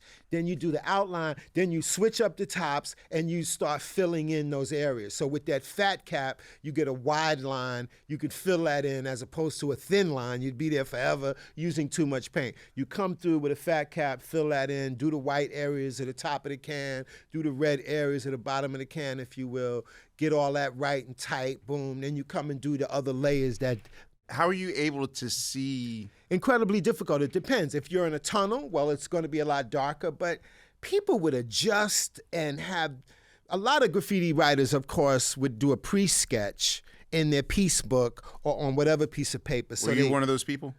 Yeah, I didn't do a whole lot of pieces, so I'm not trying to front like I was a master at this. I did a lot of tagging. Okay. But when I got with Lee, who was a master at that time, I learned a hell of a lot. So under Lee's tutelage, regarding the techniques and different colors and stuff, I learned a lot of that from him, and then a lot of the art history stuff, because I have been nerding out on pop art and all these different schools of art histories I'm sharing with Lee. So we had a nice little coming together, sharing of information. So that's essentially, so whether you were doing, there's a great image of this, and also in Star Wars, Martha Cooper's photos of my man Dondi, rest in peace, in the yard painting. And so he's in a yard where you literally would have to climb up. There's an incredible, iconic shot, Dondi straddling 2 cars in a yard, one leg on this part of the train, the other leg here, as he's painting. Iconic photo. And that's how, what we call top to bottom whole cars. That was the reference. Top to bottom meant that the imagery went from the bottom of the train to the top and the entire car. It was I think that was the Hand of Doom piece. It was his name, Dondi, and then a hand at the end of the car. Just super iconic stuff. Would ladders be necessary? Like what equipment would ladders, you need? No, you had to climb and hang off of shit to do it. No ladders. You wouldn't bring a ladder in. If you're really doing a big piece, you've got a big bag of spray paint, shopping bag. People wasn't rocking backpacks then, so I don't think that was amiss. So you'd pretty much have a shopping bag, so you'd have to navigate. You'd have to scope out what yards you wanted to do, because graffiti guys would want to hit specific trains. You was like, I'm killing this line. So the Fab Five, most of their great work was on the Lexington Avenue number 5 train. So that was a target. So you would then need to know where you can hit the 5, whether you hit the yard, go to the yard up in Baychester, or you would know what tunnels the trains could be in, the different parts. So in the graffiti scene network, if you will, at that time, if you was really tapped in, you would know or learn from other graph guys where you go to hit this particular line. Oh, I'm trying to get up on the 5s, the 2s, the A's, the B's, the D's. You had so to know exactly where the trains are. Yeah, you had to know, oh, this layup is where these trains. The layup means when the trains are not running during rush hour, certain times in the day, and then after 7, 8, when rush hour ends, they lay up most of these trains in certain places. Okay. So graph guys would be like, yo, I'm trying to get up on this line. I'm heading here, there, whatever. So that's all a part of how you did it, the process. How long would it take you to the danger element? One, getting past security, if there's any. No, sometimes in a train might be in a particular tunnel. You would know, like, oh, there's a layup in between such and such a stop in a tunnel where a such and such a line, a train is being laid up during the rush hour. So you'd be like, oh, you jump off the tracks, you go to the end of the platform, you may run through the tunnel to a certain experience, or maybe go down and whatever, and the train would be there. You can hit that particular line there, or the yard at either end of where the trains end. Usually at the end of the train, where the run is on the map, there's typically a yard somewhere nearby where the trains go to lay up, get maintenance, et cetera, et cetera. So my only education of the rivalry factor or the disrespect factor, of course, was B Street and the whole spit narrative.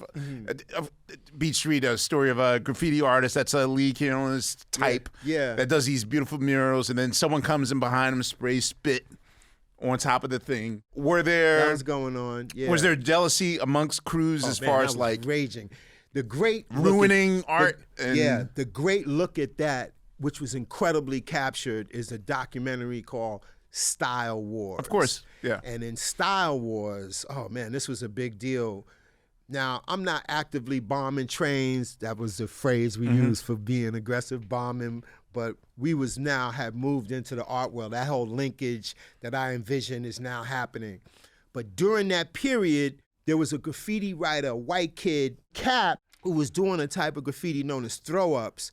These are kind of bubble letters. You can do them quick. You do a quick outline, and then you put the fat cap on and do a quick fill-in. You could do them real quick. They'd usually be just a couple of letters. Right. His name was Cap, C-A-P.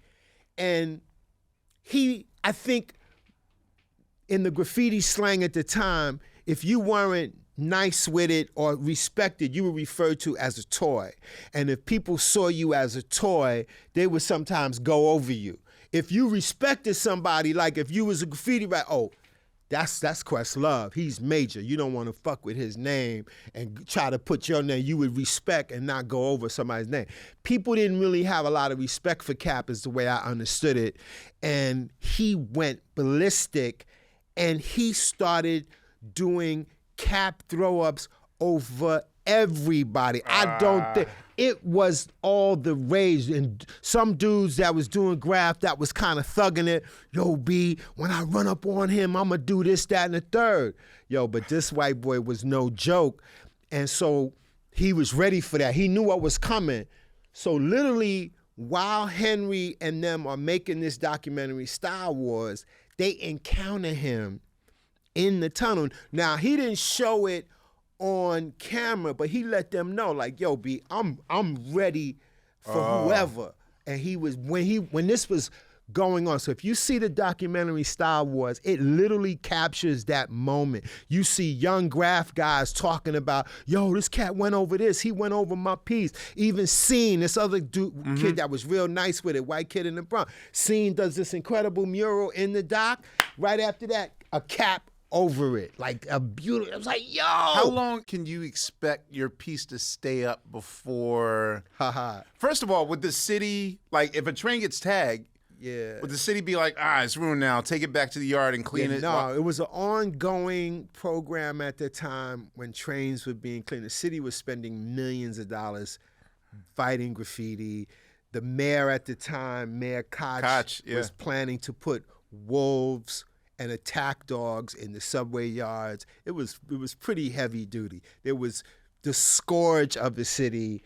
It was hated. It was just, it was everywhere. And I'm not trying to say that all of it was art, if you will, but man, it was nobody really acknowledging, like, well, that one over there is pretty incredible. Look what the guy painted, and look at this one over here.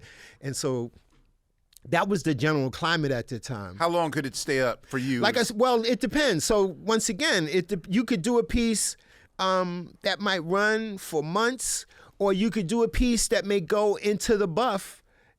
Maybe that particular train was scheduled. It might go into the buff right away. So what began to happen was Henry Chalfant, who, along with Martha Cooper, became these incredible documentarians of this work going on. The graffiti writers knew these guys, and they would, as soon as you do a train, you would hit, because most graffiti kids, as we all were, had a bullshit 110 Instamatic with a pop-up flash. That's all we had as kids. Right. Henry had official 35mm camera, as did Martha Cooper, and they became really a part of the scene that the graffiti writers would hit them right away. Yo, I just did a train. It's going to be on this sunny side, so they would know you would let them know what side they can catch it with the sun on it, and they would run out to really photograph these trains as they first left the yard after being painted. So oftentimes they would get a fresh shot. For the windows would get buffed first, but if you got the whole car first, so they now have this incredible documentation of hundreds and hundreds of various trains through that period that have been documented in many books. They're featured in the documentary Star Wars. There's the book Subway Art, and a couple of other books came out that became the textbook for people that got into graffiti around the world. Like, they would all blew my mind. They got access. Speaking of Italy, like, some of the greatest pieces I've ever seen, it's Riding a Train. Yeah, you see it in Italy. It's remarkable. Look, I'm a part of the culture. I wasn't the most prolific, right? Or I've never claimed to be that, but sometime when I'm traveling, I'm in Europe and I'm on a Euro train or whatever, and I see graph everywhere, I'm like, oh boy, I can't believe, it's not like my fault, but I definitely helped. You planted a seed. Definitely planted a lot of seeds that got beyond expectation, how these seeds blew and got planted and germinated all over the world.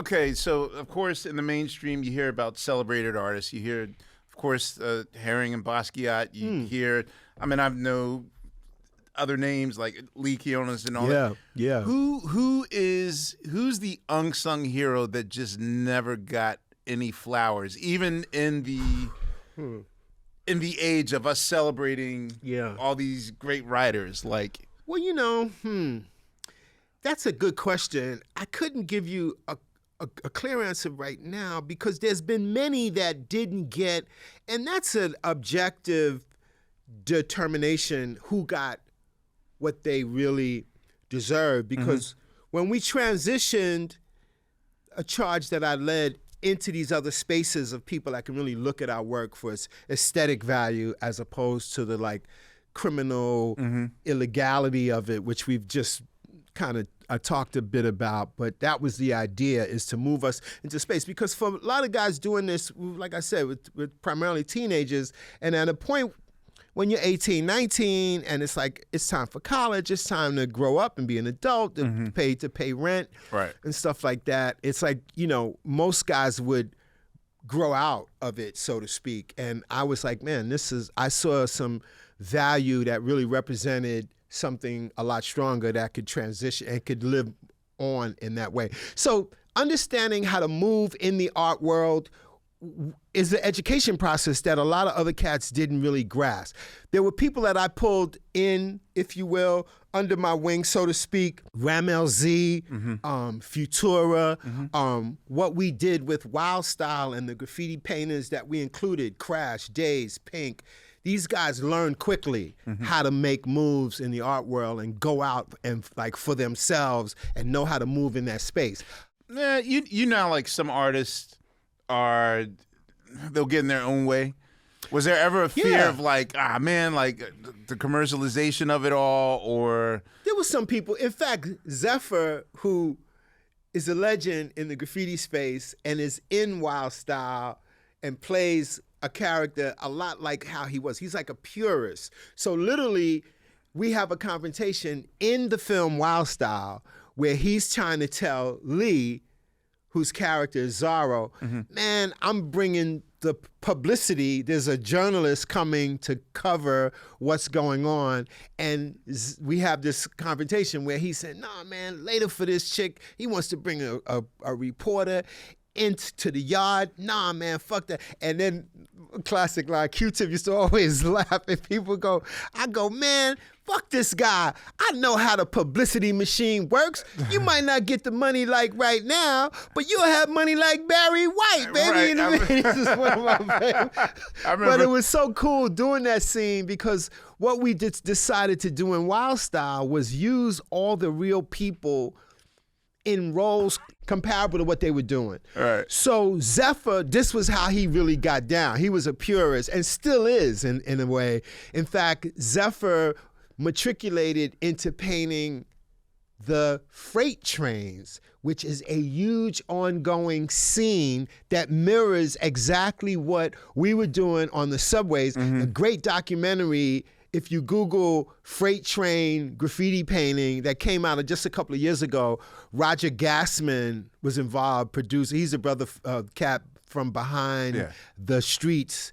And I was blown away to see that these freight trains run coast to coast. There's guys in their 50s with families that are out still painting freight trains and having beefs with each other. This guy in the other state, if I catch him, I'm gonna whip his ass. I'm like, holy shit. It's still going on. The same shit that I've just talked about in Star Wars. So that still goes on. So, but like I said, there have been guys that didn't get, but that didn't, maybe this is the thing I'm struggling with.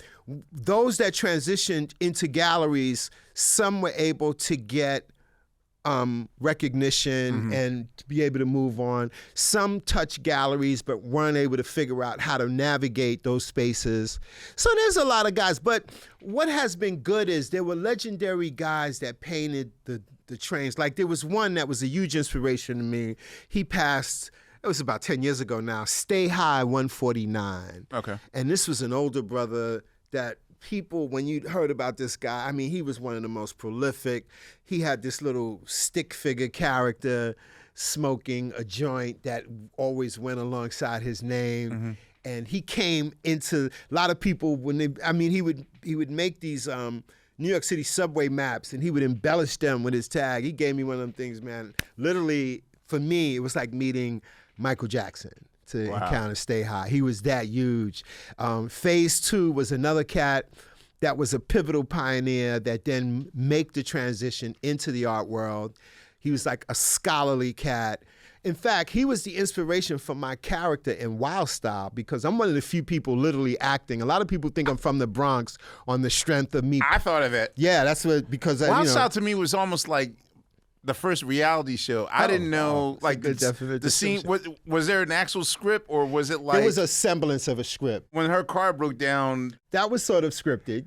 But what part is the sort of? What we said and how it was said, we left leeway. Okay, here's the idea. You've got to say this, but say it how you say it. We didn't like adhere to say every line on the page. The idea was, okay, here's what needs to happen in this scene.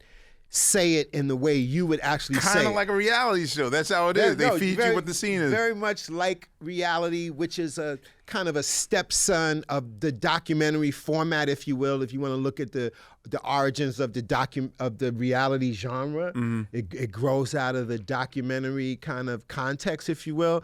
So yeah, we did do that in Wild Style, and we allowed people to have leeway in how they would say it to keep it authentic. Right. Hence the scene between me and Zephyr. He's pretty much freestyling, but it's a lot of the passion that comes out in that scene is how he really felt.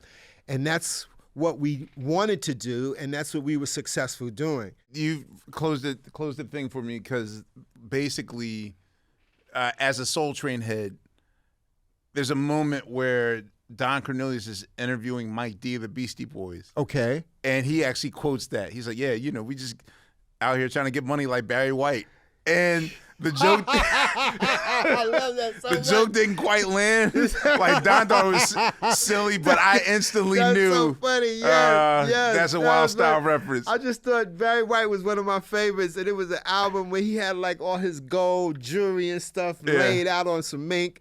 I mean, Barry was everything. I think I know how the legend of that. There is an episode. There's a 77 episode of Soul Train in which Don actually goes offset and host it from Barry White's crib.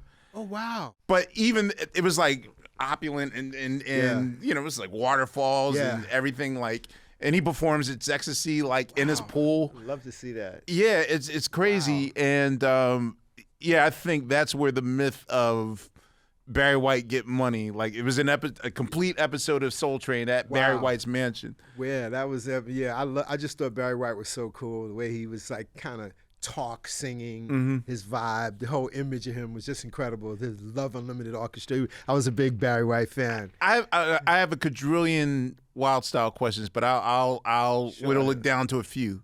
Number one, okay, let me just get this out the way. Sure. The Flash scene seems very disconnected because, and let me not say that. No. How hard was it to get Flash? No, it wasn't hard at all. So let me explain what happened with getting Flash. And why wasn't there more footage? Yeah, because what happened was the Flash scene where I'm in his home as he's cutting in his kitchen, which has now become an iconic moment. You've seen it, if you follow the culture, you've seen it before. Yes. That literally was me. There was some dialogue that accompanied that with me getting him to bring the group to perform at what was the final concert moment in the film. Okay. We'd filmed that moment with the original Flash and the Furious 5, the Cold Crush, and we had couple of thousand kids come out. We screwed up the audio for that big moment, as well as the other big performances at the Dixie Club.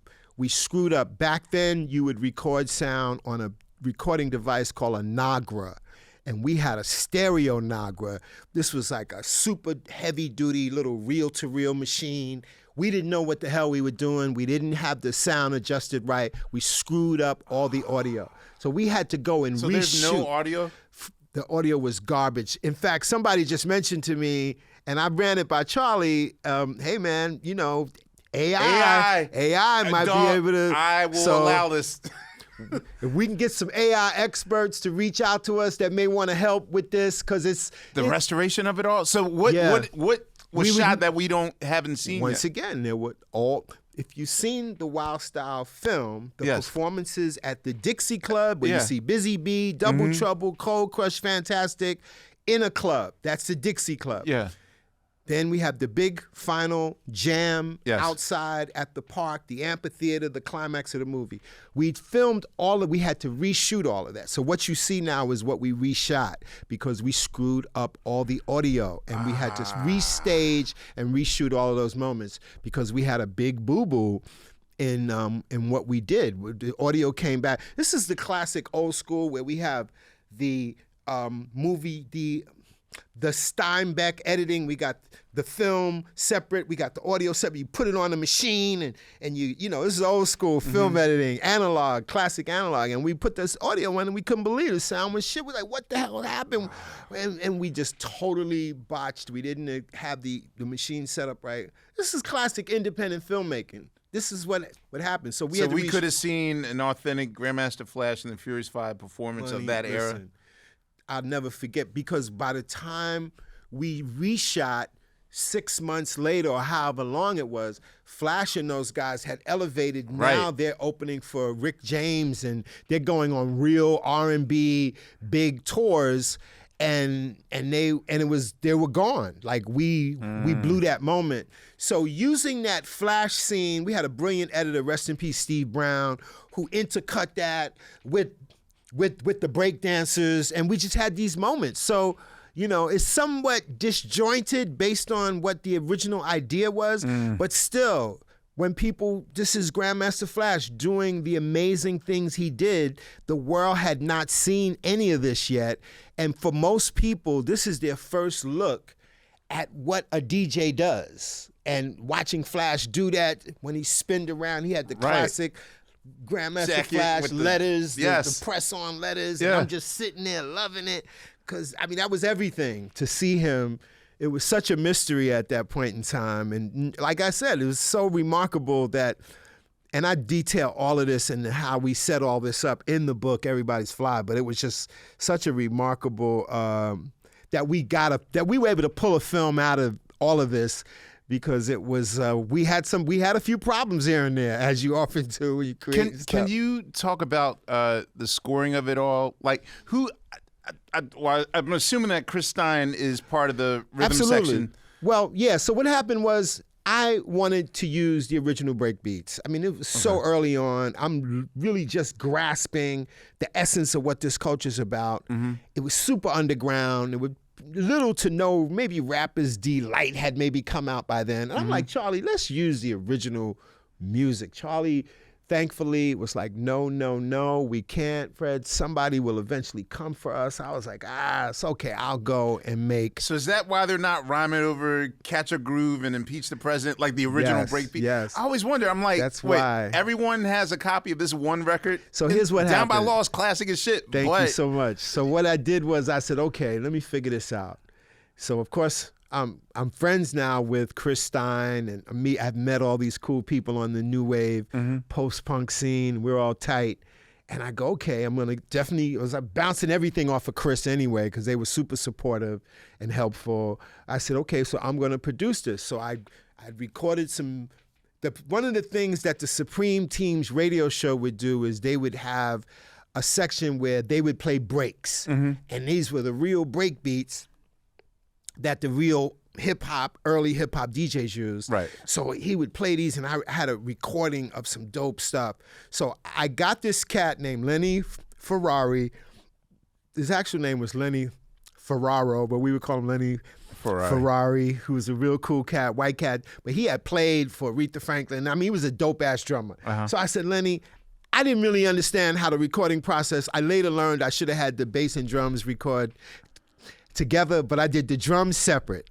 Oh, so the drums were first. The drums were first. I didn't know what the hell I was doing. We're making it up as we go along.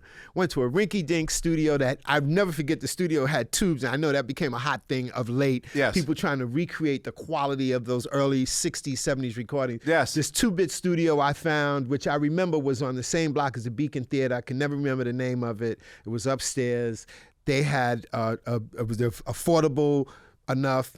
I don't know if it was, I know it wasn't 24, maybe a 12-track, whatever. But I know the board had tubes, because I remember I was like, oh man, there's tubes. You know, that was typical TVs, old school, hi-fis had tubes. Anyway, I record the drums there, later get a buddy of mine who played bass to lay the bass down. That's when I learned, you should do the bass and drums together, because it was a couple of points when they weren't gelling. It kind of wasn't gelling, right. But still I was able to get it.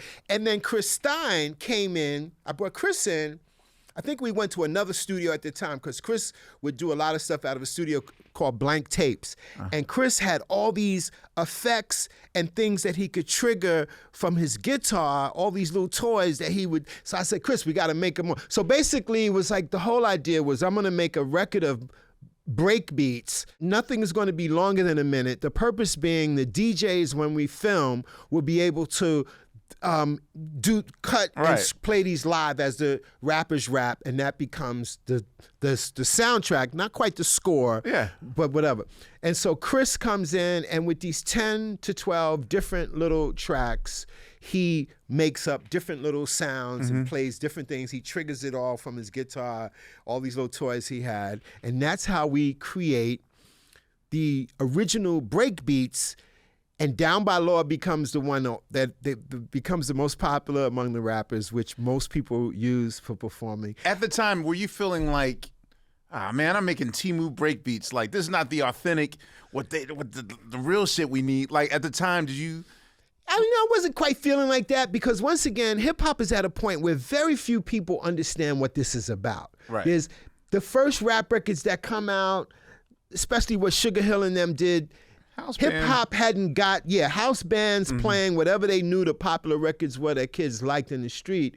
But the idea of hip-hop understanding how to recreate the grit and the dirt and the funkiness of the sound, the patina, if you will, that would come later. People like Marley Marr and even what Malcolm McLaren did with the Buffalo Girls record incorporated all the elements in a really interesting way. But overall, that wasn't known yet. Cats were working to get to that point. So I wasn't tripping if my main barometer was when so what we did was when I finished all those records, we pressed up 100 pieces of vinyl, I believe at 45 speed. And I went around and gave each of the DJs 2 copies. So that was Tony Tone and Charlie Chase from the Cold Crush. Grand Wizard Theodore. Just white labels, no. Just white label. I drew the shit. A couple that popped up. Any originals left? Sorry. Oh, so Fred, man, come on. Listen, I remember meeting DJ Mark, the 45 King, and every real DJ cat would be like, yo, what's up with those records? I'd be like, yo, we got a couple more. So those all went. But later, as the 90s really kicked in, it became this super sought after.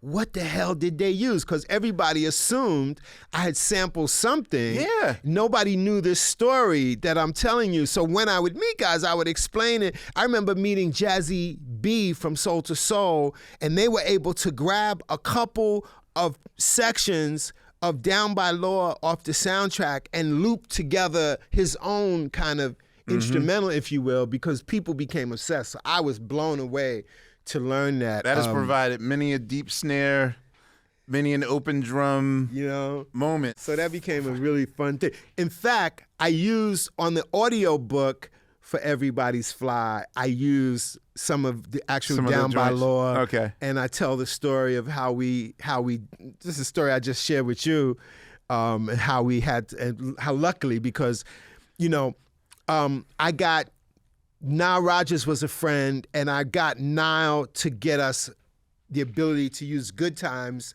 in the end at a decent rate. Oh, okay, okay. Mardi Gras is what Flash is actually cutting. But instead he used God Made Me Funky. Yeah, he's his Mardi Gras Bob James. But then at one of the reissues that we did some years back, we weren't able to get that cleared. So I had to find some guys that came in and did a pretty good approximation.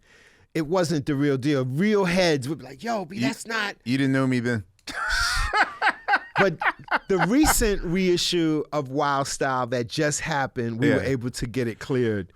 And so the original is back in there. Probably your most important musical contribution that many people might not be aware of is, okay, can you explain or give me the history of making Change the Beat 12-inch, which of course all you hip-hop historians know that the last second of that record has been cut up many a times. Yeah. This stuff is really fresh. Who's saying that? Is that Bill Laswell or is that you? No. I for a long time assumed it was me because it was put together after I had recorded, and I was always like, yeah, that was me, because the term fresh had just really begun. And I remember Cass in the Bronx was like, yo, this is fresh. The Fantastic Romantic popularized that term first because a part of their routine, they would go, we're fresh out the pack and you gotta stay back. We got one Puerto Rican and the rest are black. So being fresh out the pack was their thing, right. And they just abbreviated to fresh. And so I knew where that came from. So, but it turns out that it was Laswell's manager, I think Roger Trilling, had said it goofing around in the studio. So when they presented it to me, they were like, yo, do you approve this? Because they tacked it on to the B-side of the record with the female that was my French teacher. I decided to use her on the B-side as opposed to the B-side being instrumental, which was the typical thing for rap singles at the time. She sounded great to me when she mimicked me with the rhythm. She didn't had the rhythm, but her French was perfect. Her voice was sexy. Right. I said, I want to put her, what am I going to be called? I got to come up with a rap name. I'm like, well, you're going to be on the B-side. She was like, yep, B-side, that's it. I'm gonna call myself B-side.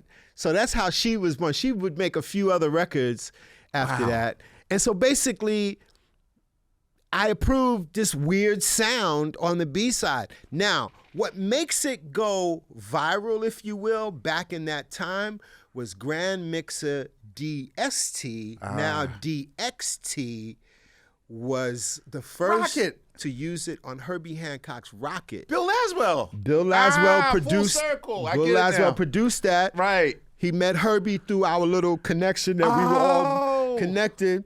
And Bill he's trying to turn Herbie on to this. Herbie's open because working with Miles Davis, Miles was open to working with doing different things, as he did electrifying the horn and everything. So Herbie coming from working with Miles, Bill Laswell says, hey man, here's this new thing popping up. He takes takes Herbie to the Roxy, whatever, and then they give him the basis of that track, and DXT goes crazy. In fact, it's Herbie that said, DXT, he's a pianist. He's a guitarist. You're a turntablist. That term really begins with Herbie telling DXT, you're a turntablist. Because he had DXT go on a tour with him around the tour as a part of the band. Yeah, I've seen it. And that was a first at that time. And so DXT uses it, and it becomes the ubiquitous example of scratching, because so many other DJs on so many other records use that sound, which became synonymous with this idea of scratching. And that's my record. And not once have you tried to, because literally if you had $10 for every time that shit was used, you'd be a trillionaire. So it's water, it's bread, it's just part of the fiber. It's been a blessing. I gotta get to MTV. Sure, I'm skipping so much. No, look, we must buy the book. No, it's a lot. The NWA episode of. There's so many I have to ask you, but that was a great one. What most people's favorite episode is that was my first what even made you, because I was resistant to them. I saw Jerry Curls and whatever, like, all right, what they doing out in LA? And then I saw that episode, and then we all ran to get that out. Like, what was that like? Man, it was incredible. Like, we had already developed a reconnection with Easy, because he had We Want Easy. And Ted Demme, rest in peace, one of the original producers, and Easy had developed a really close friendship. And Easy was like, hey, man, we come on out to L.A., and I got a new group. I'd like you guys, to showcase the group. So we were like, hey, well, one of the things was was instrumental with Your MTV Raps with different groups is finding a concept to interview the group that we could show the audience where the group's from, so we could really, this is now rap spreading around the country. Right. And so the idea we came up with is we're going to rent a flatbed truck and ride around LA. Now, I'd been to L.A. a bunch of times, but I didn't really go too much out of West Hollywood, and I didn't know about Compton and the hood yet. I didn't know that stuff. So they said, we're going to rent this flatbed truck. We're going to ride around with Easy and this new group. But he said, but listen, Fab, this is the night before. He said, listen, don't wear anything red or anything blue. So I was like, okay. I didn't know what that meant. Right. So I had a black outfit, no problem. I show up, the group's all in black. I go, okay. And we were at the Welcome to Compton sign was the first segment of that show. Yeah. I asked everybody to introduce themselves. One of the people there who is a great story now, who's going to be a part of the next Paid in Full benefit that I'm a part of is the DOC. And I don't know who any of these guys are except Easy. Ice Cube is in my ear in between segments asking me about G-Rap. Yo, Fab, what's up with G-Rap? Keep in mind, I haven't listened to the album yet. So I'm like, G-Rap is cool, you know. Later when I listened to the record and I snatched the headphones off 5 times, I can't believe what they just, oh my God, MTV's not gonna let this shit play. I mean, they're so edgy. But I get why Cube kept asking me about G-Rap, because he was the edgiest at that time on what would become gangster. And I said, oh, I get it. Anyway, that goes on to blow up. And that was my introduction to really meeting NWA and a revolutionary aspect of the game. I would later direct Snoop's first video. Me and Dre. How crazy was that video shoot? The first day of the shoot, after he performs on the top of VIP Records, when we changed locations, it's a near riot. So the police flew in, helicopters, they shut us down. And Dre tells me, look, Fab, that was crazy. I knew Long Beach is a very crazy place. He said, but if you can hang out, I've got to finish Snoop's album. We will get the video done. I ended up spending the rest of that summer with Dr. Dre at his house, really bonding with him in Calabasas. You had to wait until they finished the record. Well, we would shoot, moments would come up and we would schedule some time to shoot this. We would shoot that scene. It was different pieces of the video, the whole picnic with all the dogs. I had dog trainers and stuff. I had morphing technology going in. So it was a lot of pieces. It was a very complex video that took a lot of little elements, and in between Dre would let me know, look, I'm gonna be good on this day, that day. So I would schedule some pieces to the video. Sadly, the end of that summer happened with the murder was the case. Snoop got charged with murder because he was in a car when some guy got shot. Snoop he didn't pull the trigger, but there was a whole morphing setup I never got to pull off of Snoop getting his hair braided. No, there was going to be a woman petting a dog, and that was going to morph into Snoop getting his hair braided. But anyway, I was able to get the video done. It's called What's My Name? Yeah, of course. Introduce Snoop to the world. And I also remember the Wu-Tang episode was craziest, but the one episode that I think was probably the craziest of them all was you were there when Leaders of the New School imploded. Wow. Yeah. What happened was they literally broke up. They literally implode. And luckily, this is the genius of what happened. The video shooter, the cameraman, had grabbed some footage. I had interviewed them initially on the show when they first popped off. It was a wild, great show. Dinko D, Charlie Brown, Buster, those guys were incredible. So first record came out, they blew up. In the interim period, and I'm not sure exactly what they were beefing about, but Buster has become a star. Scenario happens, and he might have guested on whatever else. Buster was on having fire. A moment. Buster was having a moment. They reconnect for this next video, next album, and they go off to a huddle on the side. And the huddle goes from 5 to 15 to 20 minutes, and we're all waiting around. So the cameraman grabbed a few moments of them having this huddle. One of the moments you may have remembered seeing was Buster turns to the cameraman and says, "Yo, B, please don't shoot this, man. You know, this is business." So I was like, oh. What happened was they were doing a Yo MTV special, and they pulled that footage because the show never was shot. Because after this huddle, Buster comes to me and says, "Yo, Fab, man, I have to apologize, man, but we're not going to be able to shoot this." So the beef that they were having and talking about got so intense, I think they literally were breaking up Yes. right at that point. Yes. But we never had an actual episode that we filmed. Once again, the cameraman had grabbed a moment, and that moment completed visually telling the story. So that never officially came on the air? It was never. Because I've seen not it. as an episode. Oh, it was like there a was some Yo MTV Rap Yeah. retrospective look back, and they were able to then shape that to tell the story. This is what happened. And what really emphasized it when Buster looks at the camera, like I say, he's just getting a little B-roll, Right. waiting to do something because we all there to shoot. And Buster turns and says, nah, B, you know, it's like with a real serious, dour look.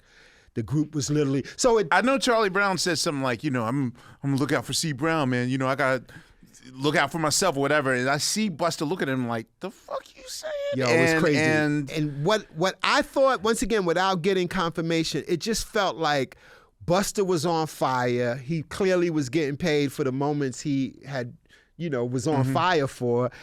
I kind of assumed they thought they were supposed to be a part of that, is what I just assumed in my own accord without knowing the specifics. All right, so I first met you at this kind of I think it was Deanna Williams's I Am convention. It came to DC or whatever. Oh. And you had given us, and I mean, we just started, so I don't even think you knew who we were. I definitely knew. But you had these guys from Chicago with you that were dressed real crazy. Crucial Conflict. Yes, and you said I guarantee you've never seen nothing like this before. It's almost like, I mean, now it's like bounce, but back then, we looked at them like, what is this, country rap or something? That was, and you played Hey. Yes, Hey for the first time. And I remember like us driving back, like, and mind you, we just never heard of hip hop in that BPM before, that speed rap before. The way they was acting, the video was crazy. What was your involvement with Crucial Conflict? Well, what happened was, after having directed so many music videos, you'd have a connection with a certain artist that you know we can continue this. Just like a great producer creates some good music, you'd want to continue that incredible synergistic relationship. Oftentimes I do a video, I felt like we should work some more, and the label would go off and you'd see the visuals not be up to par based on my judgment. I'd always say to myself, man, I wish I could have, at one point I wish I could have a label or to run a label so I could control the whole imaging of a group, video, the whole 9 yards. The opportunity came up. It was a wealthy Japanese man that had gotten involved in this label called Palace Records. I knew some of the people involved. They weren't going good. They came begging for me to come in and help. And I was like, I wasn't trying to, I'm like a creative primarily. I'm like, wait a minute, this could be my opportunity to direct a label and run a label and create the whole imaging.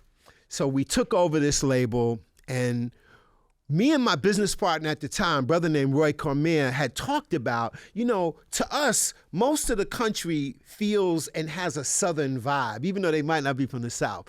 But from us New York Northeasterners, we knew that guys that sound like that are going to be looking for their own heroes eventually.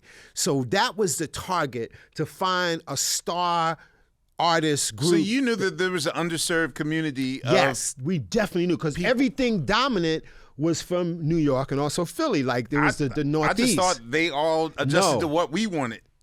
No. So what every other people were trying to emulate New York, but they weren't being who they really were. Right. So this demo comes across the table at Palace Records, and me and Roy lose our minds. We're like, what am I hearing? We hadn't heard anything like it.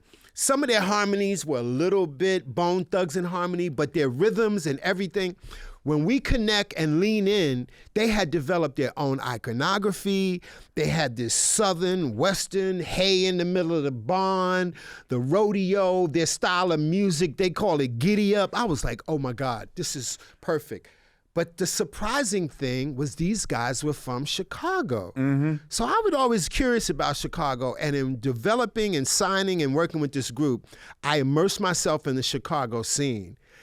Look into the the blues history, knowing that it was when these Southern Mississippi Delta blues acts go to Chicago, they get electricity and the electric guitar for the first time. So I was like, this is the shit that the Beatles, I was like, I need to really understand what's going in. So I went into the rabbit hole, signed this group, and they blew the hell up. But what was surprising is black folks that migrated to Chicago in the Great Migration, those that went to the west side of Chicago retained a lot of their Southern flavor.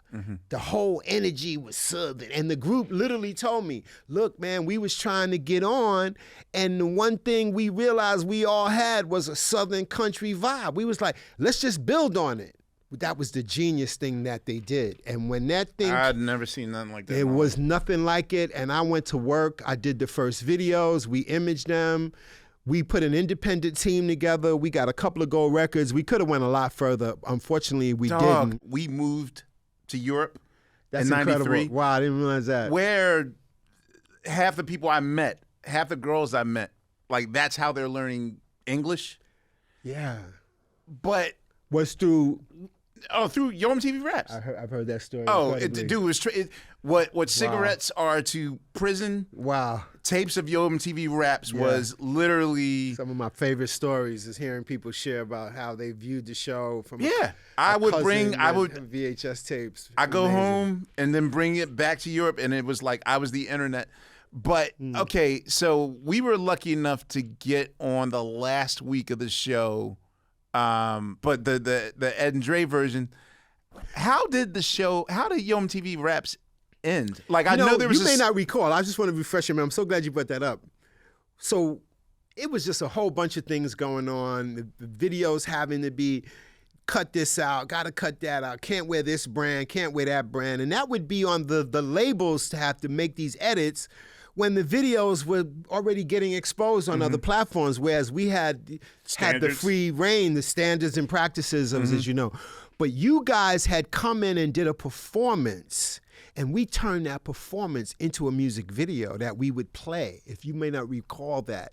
You guys had performed in the studio from my show, Yo MTV Raps, and we filmed it 2 or 3 cameras, there's the basic cameras in the studio, and we cut, I can't remember, it was from the first album. Yeah.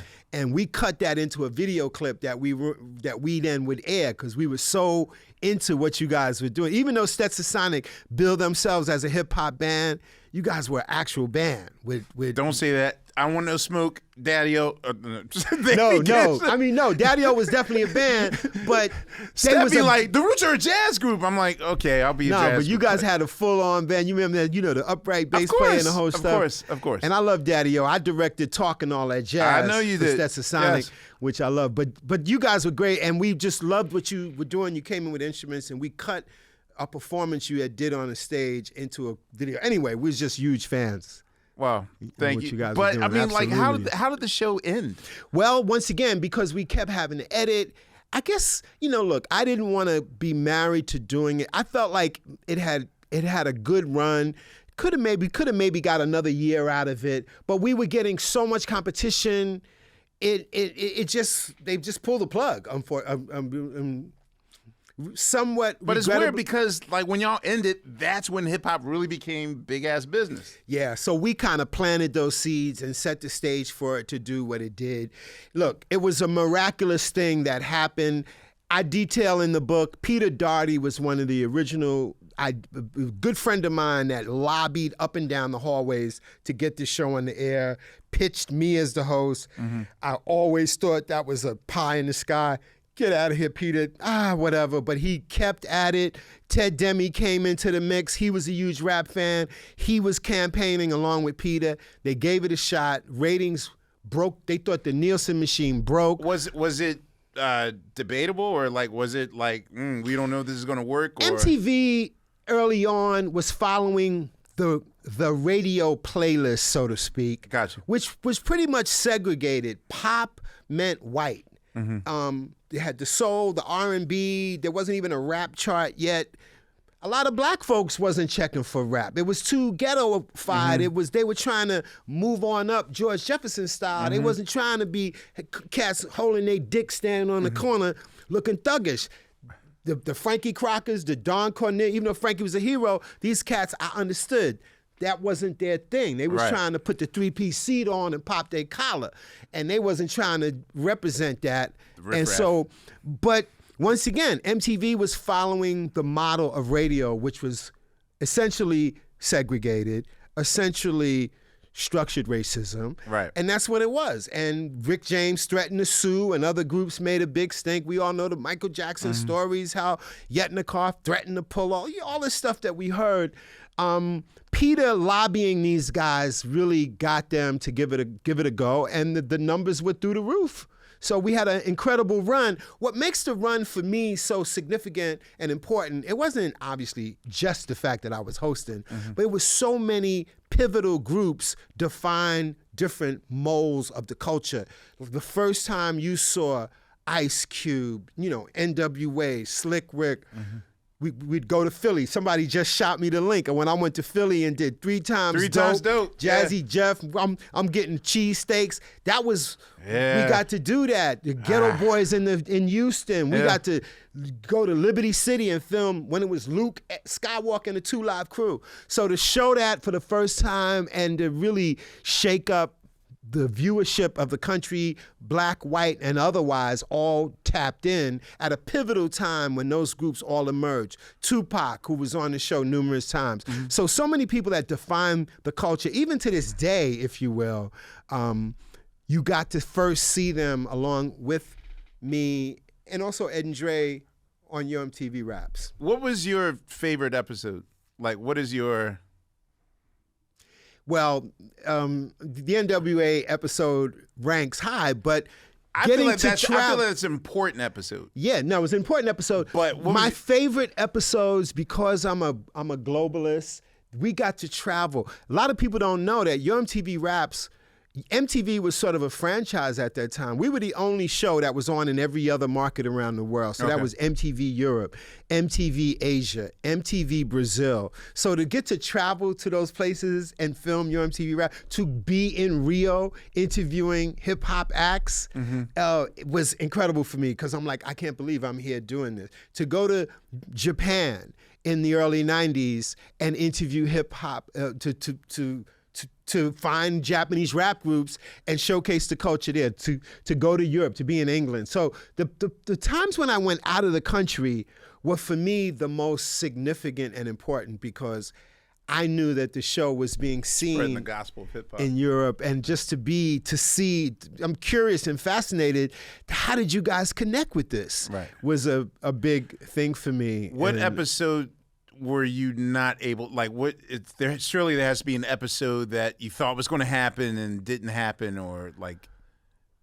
Well, what becomes that episode is that Leaders of the New School breakup, but once again, it was only a moment that the cameraman caught that showcases what was happening. But it's just one of the most incredible things that occurred, unfortunately, to a really impactful group. And Buster goes on to become a superstar. I'm sure the other guys would have as well. But it was a lot of great moments. I tell you, one of the greatest moments for me early on was when the Grammys finally decided to represent hip hop, but not to televise the rooftop episode. The episode. Yeah. And so what we came up with was we're going to give a post-Grammys boycott the Grammy party that everybody showed up at. This was the big thing, including Little Richard, including Malcolm Forbes, the billionaire owner of Forbes magazine, Dennis Hopper, a whole array of people. Like, I couldn't believe I'm getting to interview these people on Yo MTV Raps in support of this, something that now, is rappers get the television time when the Grammys happen, but it didn't happen at that point. So okay, that was as I wind down, yes, my final questions. Look, I know y'all like, you didn't ask about. Trust me, I could Jimmy Jam this and literally make this a 6-hour interview. But Jimmy Jam. It's like a 7-hour interview. I got a day job though. So what? Okay, as far as your artifact or your art collection, which I'm sure now is in the Schomburg? Ha ha ha. So, a lot of stuff is in the Schomburg. What is your not most valuable? What is your most prized possession as an artifact collector? Oh boy, my most prized possession. Well, I don't know if it's most prized. I have collected and saved a bunch of stuff. All right, what is your art game like? I always wanted to know. Listen. What I share with people is when you're an artist and your other friends are artists, you typically give each other work. So among my friends that were artists, Keith, Jean-Michel, Basquiat, Futura 2000, Lee Quinones, we would give each other work. I have work from my friends that made art. They have work of mine. So That's the greatest art collection of all time. It's not the greatest. They're not the most important pieces, but I have work. And they're like mementos from friends that you just look at as almost, this is my friend, you know what I mean? It's not like, oh, I have this thing and it's now worth this, because that gets kind of crazy, particularly around Jean-Michel. Those numbers went so out of this world crazy. How does that feel to see I wish there was a better word than commercialization of it all, but would you ever imagine a day where, like, with Herring and with Basquiat, that they're now... It's unimaginable, the level of success. But what's so satisfying is that this was what we all planned and talked about when we were homies hanging. We were basically aware, and that's what grew me and Jean-Michel to be close, because from a very young age, cutting school and going to museums, which was a big adventure of mine as a kid, I learned about and became very comfortable around the idea of making art. I read about Giorgio Vasari, the person that literally invented the idea of the Renaissance, and understood the significance and why I and Jean and Keith wanted to force ourselves into that space and find a way around the kind of gatekeepers to be looked at and accepted as visual artists. The fact that we were able to pull that off is remarkable. The fact that Jean-Michel and Keith are not here is sad as fuck, because clearly, they just fit this, live fast, die young model, if you will. Mm-hmm. That's unfortunate. It's a part of whatever, but the things that particularly Jean would have went on to do, we both talked about making music, making film, being involved in other areas. Mm-hmm. Jean put his foot in those waters and would have continued. He starred in a film called Downtown 81 that all of our crew is also in. He made a record. After I turned him on to hip hop, he took Ram LZ and this kid K-Rob into the studio and made this record Beat Bop. Yeah. And he would have went on to do a lot more of that. We would have probably produced films together. Keith was very fascinated with animation. Early on in the Spectrum board in Times Square, which was this little digital thing. It looks like a pixel.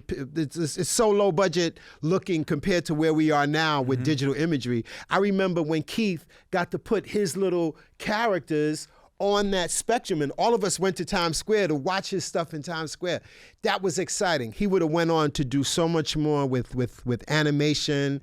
Probably would have came up with a Family Guy type of animated, because these were other interests that we had and wanted to pursue. So it's sad that these dear friends of mine are no longer here, but it is so satisfying to see their legacies thrive and undisputed, like major figures in modern art, and that's just incredible that happened. Okay, so because you're a Renaissance person, what would you say your 3 proudest achievements are in everything that you've done? Helping people, probably the first and foremost and somehow connected, is the idea that I brought to Charlie for Wild Style, is to show these forms as coming from one place or space, so to speak. There was no connection between this idea of spray paint. And keep in mind, everybody doing graffiti wasn't into hip hop and vice versa. But to make it a strong representation of youth culture in New York at that time, I wanted to tell this narrative. And that was what I proposed to Charlie Ahern, who said, let's make this movie. there was no previous connection between this music, this dance, and this form of visual art as such. And the idea was to make a film that showcased that, because not just that I want to create a platform for myself as a visual artist, but I wanted to represent us in general, because there was only negative depictions of young, hip, urban, black and brown youth in New York press. It was always connected to some negative criminal shit. And I'm like, we're more than that. And I didn't want to be perceived as a folk artist, an outsider artist, you know, and I didn't come from a fly, expensive art school, but I wanted to like figure out a way to slip in and get in. That was the mission. When I connected with Jean-Michel, we was in sync with that whole shit. You feel me? And we got busy, and that was the underlying thing. And then when we got the door open, we wanted to pull other heads in with us. So we was able to get a lot of that done, I'm happy to say. Wow. And I go deep into all of that in Everybody's Fly. You better get your copy, baby. Stop fronting it. And the audiobook is crazy. Yes, it is. It is. Audiobook is crazy. We Freddy, went all I want the to way thank in. you. By the way, you said something and it just hit me. I had an epiphany. I will call him the real hip hop mayor. With Wow, Madani. that's incredible. Yes. Real hip hop. I mean, he's a hip hop head. He's an MC. Listen. I have a dream, and that dream is like, I think he will allow, if there's some sort of art week or graffiti week or whatever, like what is the likelihood if he were to greenlight a project in which you guys were, let's take 10 trains and tag the shit, like really just, and it doesn't have to be every New York City train, but just, I have a dream, and I believe that we are of age, which we now see it as art, and we'll actually be there at 8:07 a.m. to go to work to see on the Freddy train or the Lee King. Like, would you be willing to, like, how is your hand now as far as? Oh, it's there. I mean, it can happen. But I'm a big fan of the mayor. I'm so happy that listen, as a filmmaker, his mom's films be Salam Bombay, Monsoon Wedding. I mean, big fan of those films. Even Kama Sutra was my major date movie back in the day. You already know, baby. I get them over to watch Kama Sutra. They might not know what's really going down with the Kama Sutra, baby. That was like a joint. And, you know. Yeah. I got this DVD I think we should watch. So that was cool. So but I'm super excited about the man, anxious to meet him, and I dig the fact. I've got, a thing that we didn't touch on. So I made a film about cannabis about 5 or 6 years ago called Grass is Greener, which led me to become a part of the cannabis business. I created a brand called Be Noble. That's right. Inspired by a gentleman that was given a 13-year sentence for 2 joints worth of weed. So we've been working with Curaleaf. We've been in different cities, different states around the country with this, and we've expanded our business internationally, and we've set up in Kenya, and also about to do medical cannabis in Uganda. So my business partner, Ron Samuel, who's over there right now, has met people in Uganda who told him before he got elected, yo, I know this dude. We used to rap. We used to all hang out and rap together. I'm like, and my man told me, I was like, what are you talking about? And then he gets elected. I see the clips. I see his videos. Yes. So the cannabis connection is real. And Mamdani, I'd like to talk. And I'm sure he's going to support the efforts for the Hip Hop Museum, which hopefully will soon open in the Bronx and all that good stuff. So super excited about all that. And I've always wanted to have this conversation with you. Great to hang out with you. I'm a big fan forever. Remember, I used to try to get at you about doing a Max Roach? Yes. Remix. Well, yes. Yeah. We finally had this conversation. Thank you. Yeah. For coming. Oh man, thank you for having me. Thank you. Huge Roots fan forever and ever. Everybody's Fly. Best one of the top 5 MCs that ever did it. Thank you. Huge fan. Thank you. What are you doing on May 7th? Wait, let me close the show. See how he does? I know. He got me out there. Dope. Yo, Freddy, thank you. Everybody's Fly. Please buy it. Yes. And we'll see you on the next go round of the Questlove Show. It's a pleasure to be here. What a lively discussion. The Questlove Show is hosted by me, Amir Questlove Thompson. The executive producers are Sean G., Brian Calhoun, and me. Produced by Brittany Benjamin and Jake Payne. Produced for iHeart by Noel Brown. Edited by Alex Conroy. iHeart Video support by Mark Canton. Logos, graphics, and animation by Nick Aloe. Additional support by Lance Coleman. Special thanks to Kathy Wrong. Special thanks to Sugar Steve Mandel. Please subscribe, rate, review, and share the Questlove Show wherever you stream your podcast. Make sure you follow us on socials. That's at QLS. Check out hundreds and hundreds of QLS episodes, including the Questlove Supreme shows in our podcast archives. Questlove Show is a production of iHeartRadio.